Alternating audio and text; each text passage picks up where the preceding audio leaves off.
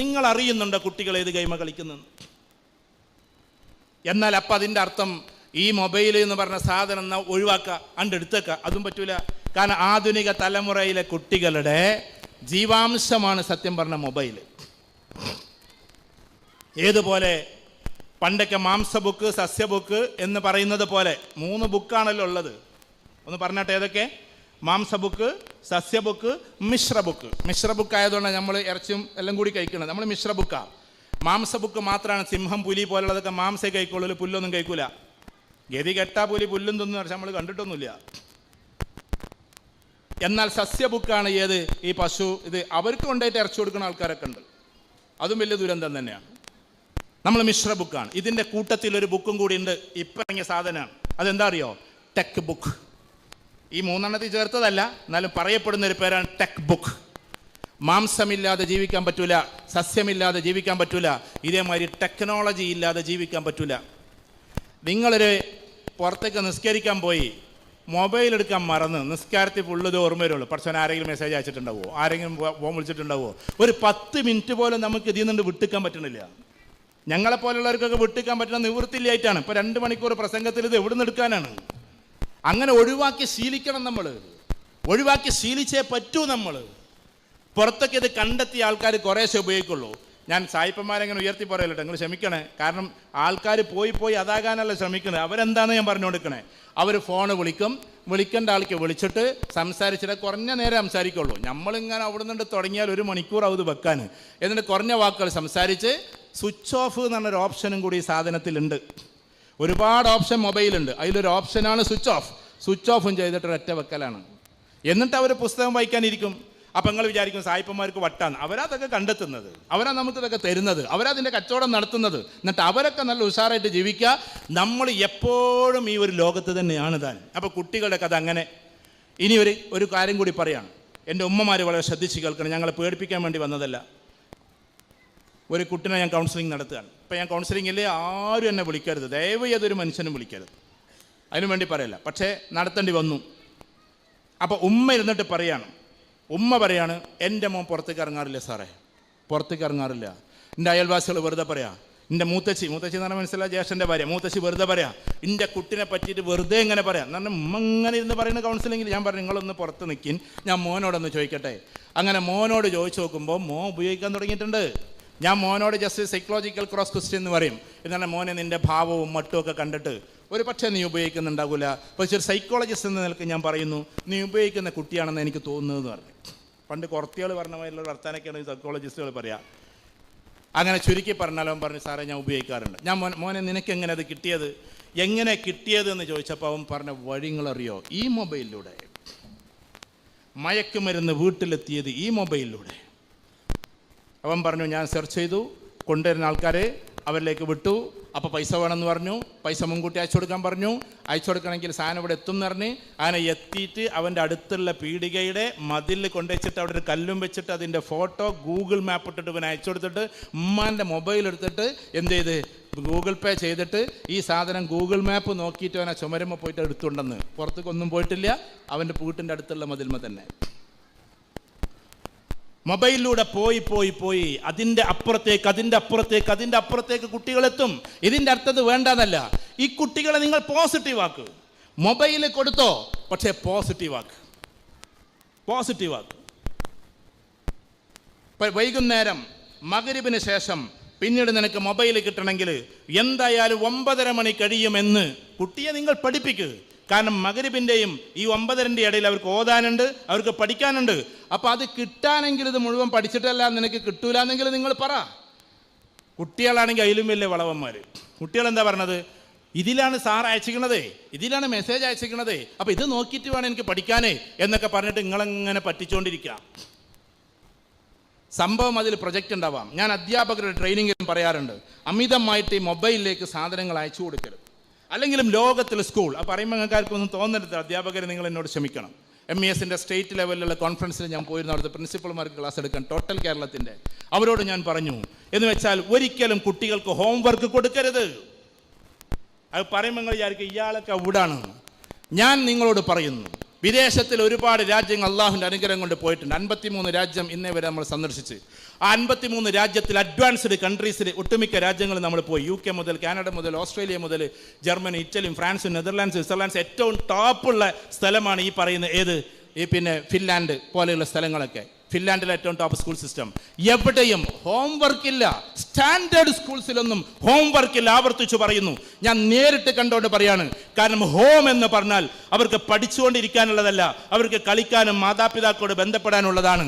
ഇതൊക്കെ സ്കൂളിൽ നിന്ന് പഠിപ്പിച്ചു കൊടുക്കുന്ന അത്ര സിസ്റ്റമേ ഉള്ളൂ ഈ ലോകത്തിൽ എവിടെ പോയാലും. ഇത് കുട്ടികൾ വരിക, എന്നിട്ട് പിന്നെയും 11 മണി വരെ എന്നിട്ട് വീട്ടിലിരുന്നിട്ട് പഠിക്കുക. ഇതെന്തൊരു പഠനമാണ്, ഇതെന്തൊരു പഠനമാണ്. ഞാൻ പറയുമ്പോൾ വിചാരിക്കും നിങ്ങളൊരു പഴഞ്ചനായിട്ട് പറയണം. ഞാൻ പഴഞ്ചനായതല്ല, നിങ്ങൾ നോക്കിക്കോ. ഞാൻ ആവർത്തിച്ചു പറയുന്നു, ഈ പറയുന്ന കോഡൂർ, വെസ്റ്റ് കോഡൂരിലെ മഹലിൽ വെച്ചിട്ട് ഒരു 10 വർഷം കഴിഞ്ഞാൽ നിങ്ങൾ പറഞ്ഞപ്പോൾ മുഖ്യമന്ത്രിയൊക്കെ പറയുന്ന സിസ്റ്റം ഇവിടെ വന്നാൽ, ഞാൻ മുഖ്യമന്ത്രി അനുകൂലിച്ചിട്ടോ പ്രതികൂലിച്ചിട്ടോ പറയല്ല, അവർ പറഞ്ഞ ഫിൻലാൻഡിലെ സ്കൂൾ സിസ്റ്റം ഒക്കെ വന്നാൽ ഒരൊറ്റ വരി പോലും വീട്ടിൽ നിന്ന് പിന്നെ പഠിക്കേണ്ടി വരില്ല. കാരണം സിസ്റ്റം അതാണ്. ഒരിക്കലും ഹോംവർക്ക് എന്ന് പറയുന്ന സാധനം ലോകത്തിൽ എവിടെ ഇല്ലാത്തൊരു കാര്യമാണ്. ഉമ്മാരോട് ബന്ധവും വാപ്പാരോട് ബന്ധവും, കുറച്ച് കളിക്കലും കുറച്ച് നല്ല മതപരമായ ചിട്ടകളും ചെയ്യേണ്ട സമയത്ത് ഈ പറഞ്ഞ ഹോംവർക്ക് എന്ന് പഠിക്കുകയാണോ നമ്മുടെ കുട്ടികൾ? വെറും പഠിപ്പ് എന്ന് പറയുന്നത് മാത്രമാണ് കുട്ടികൾക്കുള്ളത്. അതുകൊണ്ട് എന്താ സംഭവിച്ചത്? നിങ്ങൾക്കൊന്നും തോന്നരുതേ. സ്കൂളിൽ പഠിപ്പിക്കുന്ന കുട്ടികളോട് ഞാൻ പറഞ്ഞു, ഞാൻ സ്കൂളിൽ പോകുന്ന ആളാണ്, അവിടുത്തെ ഫാക്കൽറ്റിക്ക് ക്ലാസ് എടുക്കുന്ന ആളാണ്, എല്ലാം വെച്ചിട്ട് ഞാൻ പറഞ്ഞോട്ടെ, കുറേ രാത്രി നിന്ന് ഈ കുട്ടികൾക്ക് കോളേജിൽ നിന്ന് വന്ന, സ്കൂളിൽ നിന്ന് വന്ന ആകെ ചടപ്പ്, അതിൻ്റെ ശേഷം പിന്നെയും പഠിപ്പിക്കൽ. ഇതെന്തൊരു പഠിപ്പിക്കലാണ്? ലോകത്തിൽ ഈ കുട്ടികൾക്ക് വേറെ എന്തൊക്കെ വേണം? ഇപ്പം ഞാൻ നാളെ കൊണ്ടോട്ടിക്ക് അപ്പുറത്തുള്ള ഒരു സ്ഥാപനത്തിൽ പോയി. 2 കോടി രൂപയാണ് അവിടെ ഒരു കുട്ടിക്ക് ഇത് കിട്ടിയിട്ട്. ഫേസ് ക്യാമ്പസിൽ ഞാൻ പോയിട്ട് ക്ലാസ് എടുത്തിരുന്നു. ലക്ഷദ്വീപുകാരനായ ഒരു കുട്ടിക്ക്, ഒരു മുണ്ടാപ്പോത് കുട്ടിയാണ്, ആദരിക്കാൻ വേണ്ടി നമ്മൾ പോയിരുന്നു. 2 കോടി രൂപയാണ് സ്റ്റൈപ്പൻഡ് ന്യൂയോർക്ക് യൂണിവേഴ്സിറ്റിയിൽ നിന്ന് കിട്ടിയിട്ടുള്ളത്. അത് വലിയ പഠിത്തം കൊണ്ടല്ല, കുട്ടികളുടെ കപ്പാസിറ്റി കൊണ്ടാണ്. കുട്ടികൾക്ക് കപ്പാസിറ്റി ഇല്ലാതെ കുറേ സാധനങ്ങൾ അടിച്ചു കയറ്റിയിട്ട് എന്താ കാര്യം? പഠിക്കൂല എന്ന് നമ്മൾ പറഞ്ഞവരൊക്കെ കുറേ ആൾക്കാർ ഉയർന്നു പോയി. ഗൾഫിലൊക്കെ പോയി കഴിഞ്ഞാൽ വലിയ വലിയ ബിസിനസ്സുകാർ, MBA അവരുടെ കീഴിൽ വർക്ക് ചെയ്യുന്നു. അവരൊക്കെ പഴയ 7ാം ക്ലാസ്സും ഗുസ്തിയാണ്. ഇതിൻ്റെ അർത്ഥങ്ങൾ പഠിപ്പിക്കേണ്ടെന്നല്ല. SSLCയും +2യും ഡിഗ്രിയും PGയും PhDയും ഒക്കെ നമ്മുടെ കുട്ടികൾ നേടട്ടെ. എല്ലാറ്റിൻ്റെയും തലപ്പത്ത് അവരെത്തട്ടെ. അതിനുവേണ്ടി നമ്മൾ അഹോരാത്രം പരിശ്രമിച്ചുകൊണ്ടിരിക്കണം. പക്ഷേ A+ എടുക്കുക മാത്രമാണ് പഠനമെന്ന് നമ്മൾ തെറ്റിദ്ധരിക്കരുത്. അത് മാത്രമല്ല പഠനം. ഞാൻ വിദഗ്ധന്മാരുടെ അഭിപ്രായം നിങ്ങളുടെ മുമ്പിൽ വെക്കുകയാണ്. കാരണം നമ്മുടെ നാട്ടിൽ നല്ല പാട്ടുകാരന് A+ ഇല്ല, നല്ല ഓട്ടക്കാരന് A+ ഇല്ല, നല്ല ഫുട്ബോളർക്ക് A+ ഇല്ല, നല്ല പ്രഭാഷകന് A+ ഇല്ല, നല്ല കവിക്ക് A+ ഇല്ല, നല്ല ഒരു അവതാരകന് A+ ഇല്ല, നല്ല ലീഡർക്ക് A+ ഇല്ല, നല്ല ഓർഗനൈസർക്ക് A+ ഇല്ല. ആകെ A+ എന്ന് പറഞ്ഞാൽ 2 മണിക്കൂർ കൊണ്ട് തലയിലുള്ളത് മുഴുവനും പേപ്പറിലേക്ക് എഴുതിയാൽ കിട്ടുന്നതിൻ്റെ പേരാക്കി A+ നമ്മൾ ചുരുക്കി. എന്നിട്ട് അതിൻ്റെ ഡയറക്ടർ ബോർഡിലെ ചീഫ് പറയാണ്, കഴിഞ്ഞ കാലങ്ങളിലൊക്കെ A+ എന്ന് പറഞ്ഞാൽ ഒന്നിനും പറ്റാത്ത A+ ആയിരുന്നു എന്ന് അതിൻ്റെ ചീഫ് തന്നെ പറയുകയും ചെയ്യുക. അതിപ്പോൾ 2 ആഴ്ച മുമ്പ് നമ്മൾ കേട്ടതുമാണ്. ഇതിൻ്റെ അർത്ഥം A+ എടുക്കേണ്ടെന്നല്ല. പഠിപ്പിക്കുക എന്നതിൻ്റെ പേരിൽ മദ്രസകൾ നമ്മൾ ഒഴിവാക്കുന്നു, മൂല്യങ്ങൾ നമ്മൾ ഒഴിവാക്കുന്നു, രാവിലെ കുട്ടികൾക്ക് എന്തെങ്കിലും കിട്ടുന്നത് ഒഴിവാക്കുന്നു. ഇങ്ങനെ പഠിച്ച് പോയിട്ട് കുട്ടികൾക്കെല്ലാം കിട്ടണം. സ്പിരിച്വൽ എഡ്യൂക്കേഷൻ കിട്ടണം, ഇന്റലക്ച്വൽ എഡ്യൂക്കേഷൻ കിട്ടണം, ഇമോഷണൽ എഡ്യൂക്കേഷൻ കിട്ടണം, ഫിസിക്കൽ എഡ്യൂക്കേഷൻ കിട്ടണം. നമ്മുടെ കുട്ടികൾ വേണമെങ്കിൽ കരാട്ടയിൽ ബ്ലാക്ക് ബെൽറ്റ് എടുക്കട്ടെ, കളരി അതിമനോഹരമായി പഠിക്കട്ടെ, അല്ലെങ്കിൽ നല്ല എക്സസൈസുകൾ ചെയ്യട്ടെ, അനുവദിക്കപ്പെട്ട രീതിയിൽ അവർ ഫുട്ബോൾ കളിക്കട്ടെ. അത് ഫിസിക്കൽ എഡ്യൂക്കേഷനാണ്. അതിനേക്കാൾ വലുത് ഇന്റലക്ച്വൽ എഡ്യൂക്കേഷനാണ്. അവരുടെ ബുദ്ധി വികസിക്കട്ടെ. അതിനുവേണ്ടി വായിക്കണം, അതിനുവേണ്ടി പഠിക്കണം, ഒരുപാട് പുസ്തകങ്ങൾ അവർക്ക് കൊടുക്കണം, അവർ തന്നെ എഴുതണം, അവർ തന്നെ അവതരിപ്പിക്കണം, ക്ലാസ് റൂമിൽ അവരുടെ പ്രബന്ധങ്ങൾ ഉണ്ടാകണം. ഇതാണ് ഇന്റലക്ച്വൽ എഡ്യൂക്കേഷൻ. അത് പഠനത്തിനും അപ്പുറത്താണ്. അതിൽ പഠനവും പെടുന്നു. പിന്നെ ഇമോഷണൽ എഡ്യൂക്കേഷൻ, ആളുകളോട് എങ്ങനെ പെരുമാറണം, ആളുകളോട് എത്ര മനോഹരമായാകണം, ഒരാൾ വീട്ടിൽ വന്നാൽ എന്ത് കൾച്ചറാണ് മുന്നോട്ട് വെക്കേണ്ടത് നമ്മൾ പഠിപ്പിച്ചു കൊടുത്തിട്ടുണ്ടോ?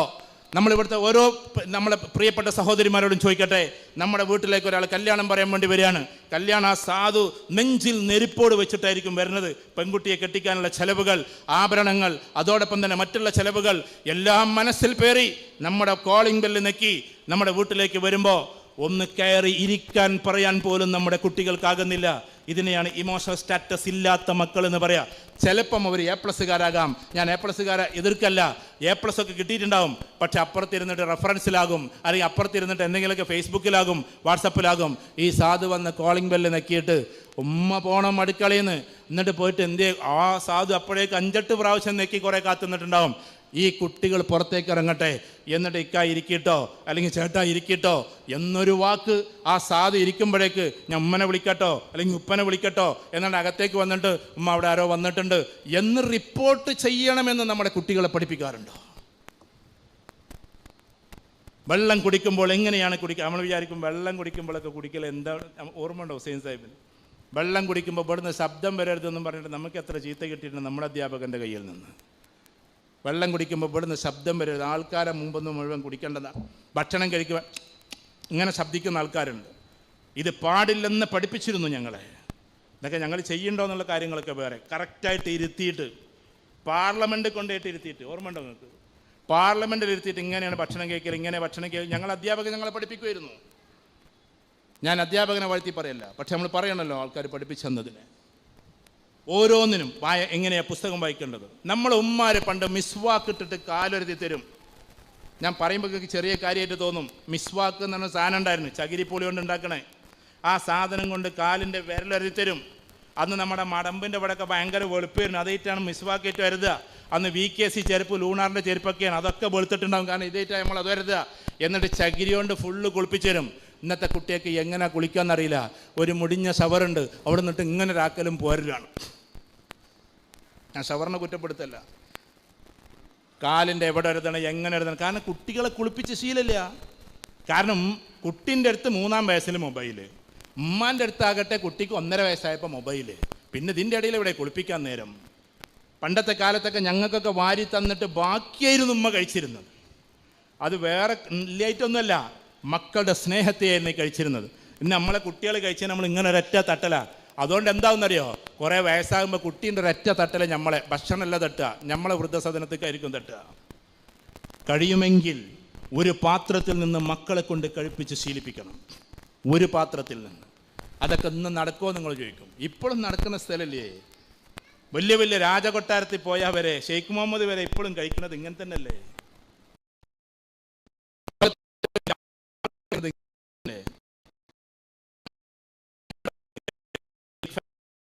പക്ഷെ നമ്മൾ എന്തെങ്കിലുമൊക്കെ അതിഥിയായിട്ടൊക്കെ ചെന്ന് കഴിഞ്ഞാൽ, പരിപാടിക്കൊക്കെ ചെന്ന് കഴിഞ്ഞാൽ, അവരൊരു സൽക്കാരത്തിനൊക്കെ വിളിച്ചാൽ ആരായി ഭക്ഷണം ഉണ്ടാക്കിയെന്ന് ചോദിക്കും. ഗൾഫിലുള്ളവർക്ക് അറിയാമല്ലോ. അപ്പോൾ ചിലപ്പോൾ അടുക്കളയിൽ നിൽക്കണ ഒരു പാവം ചെയ്താലേക്കാണ് ഉണ്ടാക്കിയിട്ടില്ല, താലഹി എന്നറിയും, വരാൻ പറയും. എന്നിട്ട് ആ പ്ലേറ്റിൽ ഇരുത്തിയിട്ട് അവർ കഴിപ്പിക്കും. നമുക്കിതൊന്നും ശീലമില്ല. ഒന്നിച്ചിരുന്നിട്ട് കുട്ടികളെ കൊണ്ട് ഭക്ഷണം കഴിപ്പിച്ചിട്ട് ഇങ്ങനെ വാരി കൊടുക്കുമ്പോൾ, ഒരുള്ള കുട്ടിക്ക്, ഒരുള്ള ചെറിയ മക്കളാണെങ്കിൽ, വലിയവരാണെങ്കിൽ ഒന്നിച്ചിരുന്ന് കഴിക്കട്ടെ. ഇനി വലിയ കുട്ടികളാണെങ്കിൽ ഒന്ന് വായിൽ വെച്ച് കൊടുക്കുക.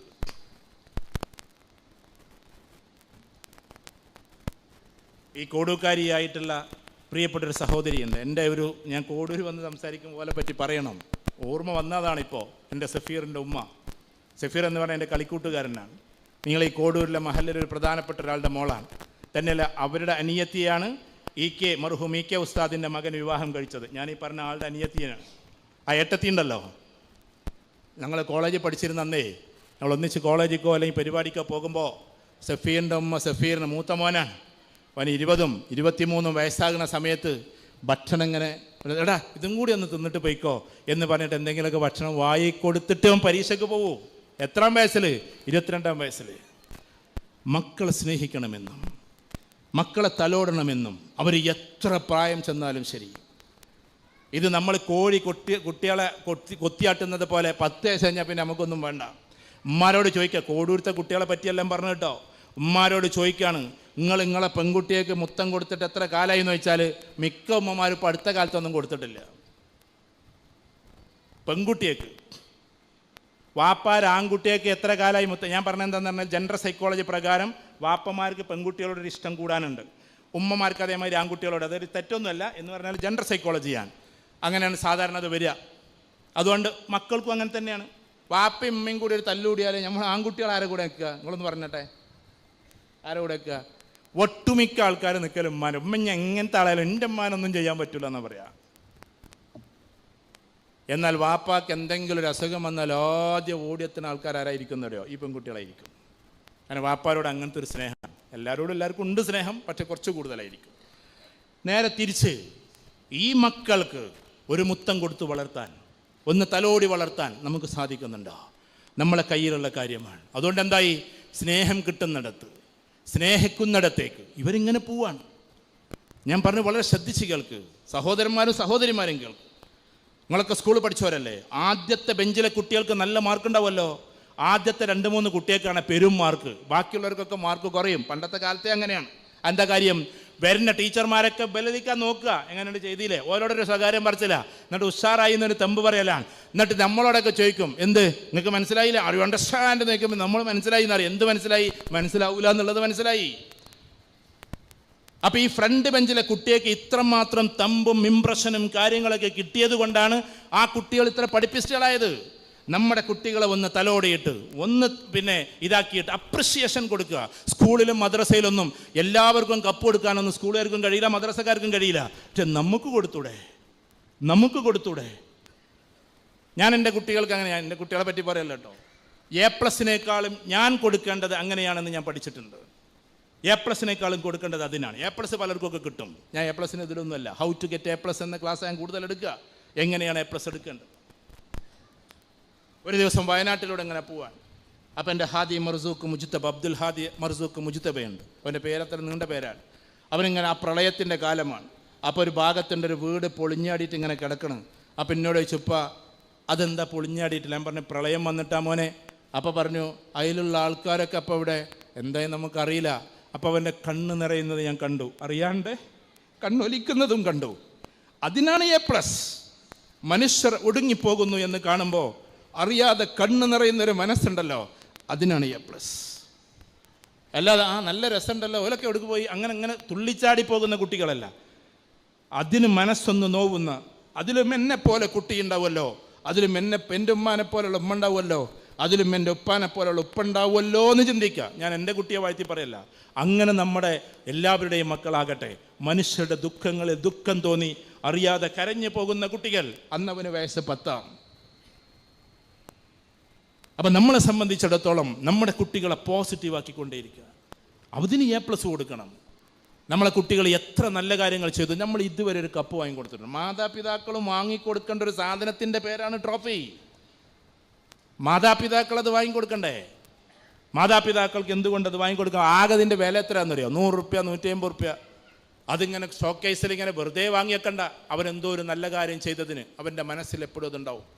ഒരു പുസ്തകം വാങ്ങിക്കൊടുക്കുമ്പോൾ കുട്ടികൾക്ക് നല്ലോണം പുസ്തകം വാങ്ങിക്കൊടുക്കണം, സെലക്റ്റീവ് ആയിരിക്കണം. പക്ഷെ നമ്മൾ വാങ്ങിക്കൊടുക്കാറുണ്ടോ? പ്രവാചക തിരുമേനി സല്ലല്ലാഹു അലൈഹി വസല്ലമയുടെ അതിമനോഹരമായിട്ടുള്ള കൃതികളുണ്ട്. സ്വാസമിയുടെ ചരിത്രം, ഉദാഹരണത്തിന് കാരുണ്യത്തിൻ്റെ തിരുദൂതർ. ഞാൻ വായിച്ച ചെറിയ കൃതികളിൽ റസൂൽ സല്ലല്ലാഹു അലൈഹി വസല്ലമയുടെ ചരിത്രത്തിന് ഇങ്ങനെ വായിക്കുമ്പോൾ കരച്ചിൽ വരുന്നൊരു പുസ്തകത്തിൻ്റെ പേരാണ് റഹ്മത്തുൽ ലിൽ ആലമീൻ. മൗലാന അബുൽ ഹസൻ അലി അന്നദവി സാഹിബാണ് അത് എഴുതിയിട്ടുള്ളത്. മലയാളത്തിൽ അവൈലബിൾ ആണ്. ആ സാധനം വാങ്ങിയിട്ട് ഒരു തല മുതൽ ഒരു തലം വരെ ഇങ്ങനെ വായിക്കുമ്പോഴേക്ക് നമ്മൾ എങ്ങോട്ടോ പോകും. The road to Mecca, Muhammad അസദിൻ്റെ മക്കയിലേക്കുള്ള യാത്ര എന്നാണ് അദ്ദേഹം ഇസ്ലാം കണ്ടെത്താനുള്ള കാരണമായി പറയുന്നത്. ദ റോഡ് ടു മക്ക നമ്മുടെ കുട്ടികൾക്ക് നമ്മൾ വായിച്ചു കൊടുക്കേണ്ട വാങ്ങിക്കൊടുക്കേണ്ട സാധനമാണ്. അങ്ങനെ എത്രയെത്ര പുസ്തകങ്ങൾ, ഒരുപാട് സഹാബാക്കളുടെ ചരിത്രങ്ങൾ, വലിയ വലിയ സംഭവങ്ങൾ നമ്മുടെ കുട്ടികൾക്ക് അതിങ്ങനെ കൊടുത്തു കഴിയുമ്പോൾ അവർ വായനയുടെ ലോകത്തിലേക്ക് എത്തും. നിങ്ങൾ നോക്കിക്കോ, എത്തും. കുട്ടികൾക്ക് ഇഷ്ടപ്പെട്ട ഗ്രന്ഥങ്ങൾ വാങ്ങിക്കൊടുക്കുക. അപ്പോൾ ഒരു വായന ലോകത്തേക്ക് പോകുമ്പോൾ ഇതിമ വല്ലാണ്ടുണ്ടാവില്ല. അപ്പം നിങ്ങൾ പറയും, ഈ ലൈബ്രറി ഉണ്ടല്ലോ, ഈ ലൈബ്രറിയിൽ തോണ്ടി വായനയാണ്. ഇൻഡെപ്തിലേക്ക് പോകുന്ന കുട്ടികൾ വളരെ കുറവാണ്. ഈ ലൈബ്രറി നല്ലതല്ല എന്നല്ല, അത് നല്ലതൊക്കെ തന്നെയാണ്. പക്ഷേ അതിനേക്കാൾ പുസ്തക റീഡിങ് നമ്മുടെ കുട്ടികൾ നടപ്പിലാക്കട്ടെ. അതിന് നമ്മുടെ വീട്ടിലെവിടെ പുസ്തകം? നമ്മുടെ വീടുകളിൽ ആകെയുള്ളത് എന്താണ്? ഒരു ടോയ്ലറ്റ്, ഒരു ഹാള്, ഒരു ബെഡ്റൂം, കുറച്ച് കിച്ചന്. ഇതൊക്കെ കുട്ടിക്ക് കണ്ടാൽ മനസ്സിലാവും. കിച്ചണിൽ വെച്ച് ഉണ്ടാക്കുക, ഡൈനിങ് ഹാളിൽ വന്നിട്ട് തിന്നുക, ടോയ്ലറ്റിൽ പോയിട്ട് ഒഴിവാക്കുക, ബെഡ്റൂമിൽ കിടന്നുറങ്ങുക. പിന്നെ അതേ റുട്ടീൻ തന്നെയാണ്. അല്ലാതെ എവിടെ ഒരു ലൈബ്രറി കാണാൻ നമ്മുടെ കുട്ടികൾ ഇങ്ങനെ നോക്കുന്ന സമയത്ത് ഇങ്ങനെ ഇത് അവിടെ ഇന്നതിരിക്കുന്നു, ഇവിടെ ഇന്നതിരിക്കുന്നു, അതെടുത്ത് എപ്പോഴെങ്കിലും ഒരു നോക്കൽ വെറുതെ കൊണ്ടു നിൽക്കാതെ. ഞാൻ പറയാം, 50 ലക്ഷം രൂപയുടെ വീട് വെച്ചാൽ ചുരുങ്ങിയത് 5 ലക്ഷം രൂപയുടെ ലൈബ്രറി ഉണ്ടാക്കണം. കുട്ടികൾ ലൈബ്രറിയിൽ നിൽക്കട്ടെ, സെലക്റ്റീവായിട്ടുള്ള ഗ്രന്ഥങ്ങൾ വായിക്കട്ടെ. കുട്ടികൾ അങ്ങനെ പോസിറ്റീവായിട്ട് മാറ്റ്. ഇനി കുട്ടികൾ പറയാണ്, അല്ല എനിക്കിതില്ലാതെ പറ്റൂല, എനിക്കെന്ന് പറഞ്ഞാൽ എന്ത് കാണണം? കാർട്ടൂണ് കാണണം അമ്മ എന്ന് പറഞ്ഞാൽ നിങ്ങൾ കാണിപ്പിച്ചോ. ഞാൻ ആധുനിക തലമുറയുടെ സംസാരിക്കണത്. നിങ്ങൾ കാണിപ്പിച്ചോ, പക്ഷേ ഭാഷ മാറ്റി കൊടുക്കണം. മലയാളത്തിൽ കേൾപ്പിക്കരുത്. ഒന്നുകിൽ അറബിയിൽ അല്ലെങ്കിൽ ഇംഗ്ലീഷിൽ, എന്നാൽ ഭാഷയെങ്കിലും പഠിയുന്നു. ആ നീയത്തിൽ നിങ്ങൾ കേൾപ്പിച്ചോ. നിങ്ങൾ ശരിക്കും പറഞ്ഞാൽ കാർട്ടൂൺ ഇംഗ്ലീഷ് കാണുമ്പോൾ, കാരണം കാർട്ടൂണിലെ കഥാപാത്രം എന്താ പറഞ്ഞതെന്ന് ഇവനക്ക് എന്തായാലും അറിയണം. അപ്പോൾ ആ സാധനം ഇംഗ്ലീഷിൽ കേൾപ്പോൾ എനിക്ക് ഒരുപാട് അനുഭവങ്ങളുണ്ട്. ഒരുപാട് രക്ഷിതാക്കൾ എന്നോട് പറഞ്ഞിട്ടുണ്ട്, സാർ നിങ്ങൾ പറഞ്ഞ സാധനം ചെയ്തിട്ട് എൻ്റെ കുട്ടികൾ ഫാന്റാസ്റ്റിക് ആയിട്ട് ലാംഗ്വേജ് പഠിച്ചു. ഞാനറിയുന്ന കോഴിക്കോട്ടുള്ള ഒരാളുണ്ട്, ഞാൻ ഇവിടെ സൂചിപ്പിച്ചിട്ടുണ്ട്. അദ്ദേഹം എന്നൊരു പ്രസംഗത്തിന് പോയ ഭക്ഷണം വീട്ടിൽ നിന്ന് തന്നെ വേണമെന്ന് പറഞ്ഞ് വീട്ടിൽ കൊണ്ടുപോയി. JDTയുടെ അപ്പുറത്തുള്ള വീട്. ഞാൻ അവിടെ അങ്ങനെ പോയി അങ്ങനെ ഭക്ഷണം കഴിക്കുമ്പോൾ 2 കുട്ടികൾ വരും, ഒരു 12 വയസ്സോ ഒരു 10 വയസ്സോ. അപാര ഇംഗ്ലീഷ്, അപാര അറബി, അപാര ഉറുദു, ഭയങ്കര രസകരമായിട്ട് 3ഉം പറയുന്നത്. ഞാൻ ചോദിച്ചു, കുട്ടികളെ എങ്ങനെ പഠിച്ചതെന്ന്. നിങ്ങൾ 2 കൊല്ലം മുമ്പേ നിങ്ങൾ പിന്നെ ഇവിടെ ടാഗോർ ഹാളിൽ വന്നിട്ട് പ്രസംഗിച്ചപ്പോൾ ഈ സാധനം പറഞ്ഞിരുന്നു, കാർട്ടൂൺ ഇംഗ്ലീഷിലും അറബിയിലും കേൾപ്പിക്കുക എന്നുള്ളത്. അപ്പോൾ കുട്ടികളതാണ്ട് പഠിച്ചിട്ട് ഇപ്പോൾ നല്ല രസമായിട്ട് ഭാഷ പറയും. എന്തിനാ സ്കൂളിൽ കൊണ്ടുപോയിട്ട് നോട്ട് ഓൺലി ബട്ട് ഓൾസോ നെയ്തറിനെ ആസ് സ്കൂൾ അധ്യാപകർ പഠിപ്പിക്കട്ടെ. പക്ഷെ അതിന് മുമ്പ് നമ്മുടെ കുട്ടികൾക്ക് ഭാഷ പഠിക്കണമെങ്കിൽ നിങ്ങൾ ഈ പറഞ്ഞ കാർട്ടൂൺ അതേമാതിരി ചെയ്തു കൊടുത്താൽ മതിയെന്ന്. ഞാൻ ഒരുപാട് കുട്ടികൾ ഇത് കണ്ട് അവരത് ചെയ്തിട്ടാണ് നിങ്ങളോട് പറയുന്നത്. അപ്പോൾ കുട്ടികൾക്ക് കാർട്ടൂൺ കാണണമെന്നുണ്ടോ? വേഗം എന്താക്കുക, അതിൽ എന്തും വേണം, സബ് ടൈറ്റിൽസ് എന്ന് പറയും. എന്ന് പറഞ്ഞാൽ ആ പറഞ്ഞ സാധനം എഴുതി കാണിക്കും വേണം. അങ്ങനത്തെ കാർട്ടൂണുകളുണ്ട്. ആ കാർട്ടൂൺ കണ്ടോട്ടെ. അപ്പോൾ നമുക്ക് ഒരു നിയ്യത്തെങ്കിലും വെക്കാമല്ലോ, ഈ കുട്ടികൾ ഭാഷയെങ്കിലും പഠിക്കുന്നുള്ളൂ. അല്ലേ ഉസ്താദെ? കിതാബിയായിട്ടുള്ള അറബിയും നമ്മുടെ പിന്നെ മോഡേൺ അറബിക്കും കുറച്ച് വ്യത്യാസമുണ്ട്. കിതാബി അറബിയാണ് ഏറ്റവും വലുത്, അതായത് ഖുർആനും ഹദീസൊക്കെ പഠിക്കാൻ പറ്റുള്ളൂ. നേരെ മറിച്ചിട്ട് മോഡേൺ അറബിക്ക് എന്ന് പറഞ്ഞാൽ അത് കുറച്ച് വ്യത്യാസമാണ്. ഗൾഫ് പോയവർക്ക് അറിയാം. ആ സാധനത്തിലാണ് ഈ സാധനം ഉണ്ടാവുക. ഇനി കിതാബി അറബിയുടെ അതിൻ്റെയും എന്തുണ്ട്, ഈ പറയുന്ന കാർട്ടൂണുകൾ. കിതാബി അറബി പഠിക്കാനുള്ള കാർട്ടൂണുണ്ട്, നിങ്ങൾ സെർച്ച് ചെയ്ത് നോക്ക്. അത് കുട്ടികൾ പഠിക്കട്ടെ. ഇതേപോലെ തന്നെ കുട്ടികൾക്ക് നിങ്ങൾ കൊടുക്കുകയാണ്, ഗെയിം കൊടുക്കുകയാണ്. ഗെയിം കുട്ടികൾ കളിക്കുന്നൊരു സാധനമാണ്. ആ ഗെയിം കൊടുക്കുമ്പോൾ പോസിറ്റീവ് കൺസ്ട്രക്റ്റീവ് ഗെയിം എന്ന് പറഞ്ഞൊരു സാധനമുണ്ട്. കൺസ്ട്രക്റ്റീവ് ഗെയിം എന്താ? കൺസ്ട്രക്റ്റീവ് ഗെയിം എന്ന് പറഞ്ഞാൽ അഥവാ നിർമ്മാണാത്മകമായിട്ടുള്ള ഗെയിമുകളാണ്. ഫോർ എക്സാമ്പിൾ, എഞ്ചിനീയറിംഗ് വൈദഗ്ധ്യം വെച്ചുകൊണ്ട് അതിമനോഹരമായി എങ്ങനെയാണ് ഒരു നഗരത്തെ വാർത്തെടുക്കുക. ഒരു നഗരത്തെ റീഡിസൈനിങ് ഓഫ് ദുബായിയെ റീഡിസൈൻ ചെയ്യുന്നു. അപ്പോൾ ആ കുട്ടി ഓരോ റോഡ് അലൈൻമെൻറ്റ് കാര്യങ്ങൾ അവിടെ വരക്കേണ്ടത് ഇവിടെ വരക്കേണ്ടതൊക്കെ വരച്ച് കൺസ്ട്രക്റ്റീവ് ഗെയിമിലേക്ക് പോകും. ഞാൻ പറഞ്ഞത് ഗെയിം നിർത്തലാക്കണം എന്നല്ല, കുറഞ്ഞ സമയം കുട്ടികൾ ഉപയോഗിക്കട്ടെ. പക്ഷേ അഡ്വക്കേറ്റ് സാഹിബ് ഇവിടെ ഉണ്ടല്ലേ, കൺസ്ട്രക്റ്റീവ് ഗെയിമിലേക്ക് കടക്കണം. കൺസ്ട്രക്റ്റീവ് ഗെയിമിലേക്ക്. ഇനി ഒരു കുട്ടിക്ക് കാർ റേസിംഗ് വേണം, ഭാഷ പഠിക്കുന്ന കാർ റേസിംഗ് അവൈലബിൾ ആണ്, അതിലേക്ക് പോകണം. ഇങ്ങനെ കുട്ടികളെ നമ്മൾ ടെക്നോളജി ഉപയോഗിപ്പിക്കുകയാണെങ്കിൽ തന്നെ ആ ഒരു ലോകത്തിലേക്ക് നമ്മൾ കൊണ്ടുപോകണം.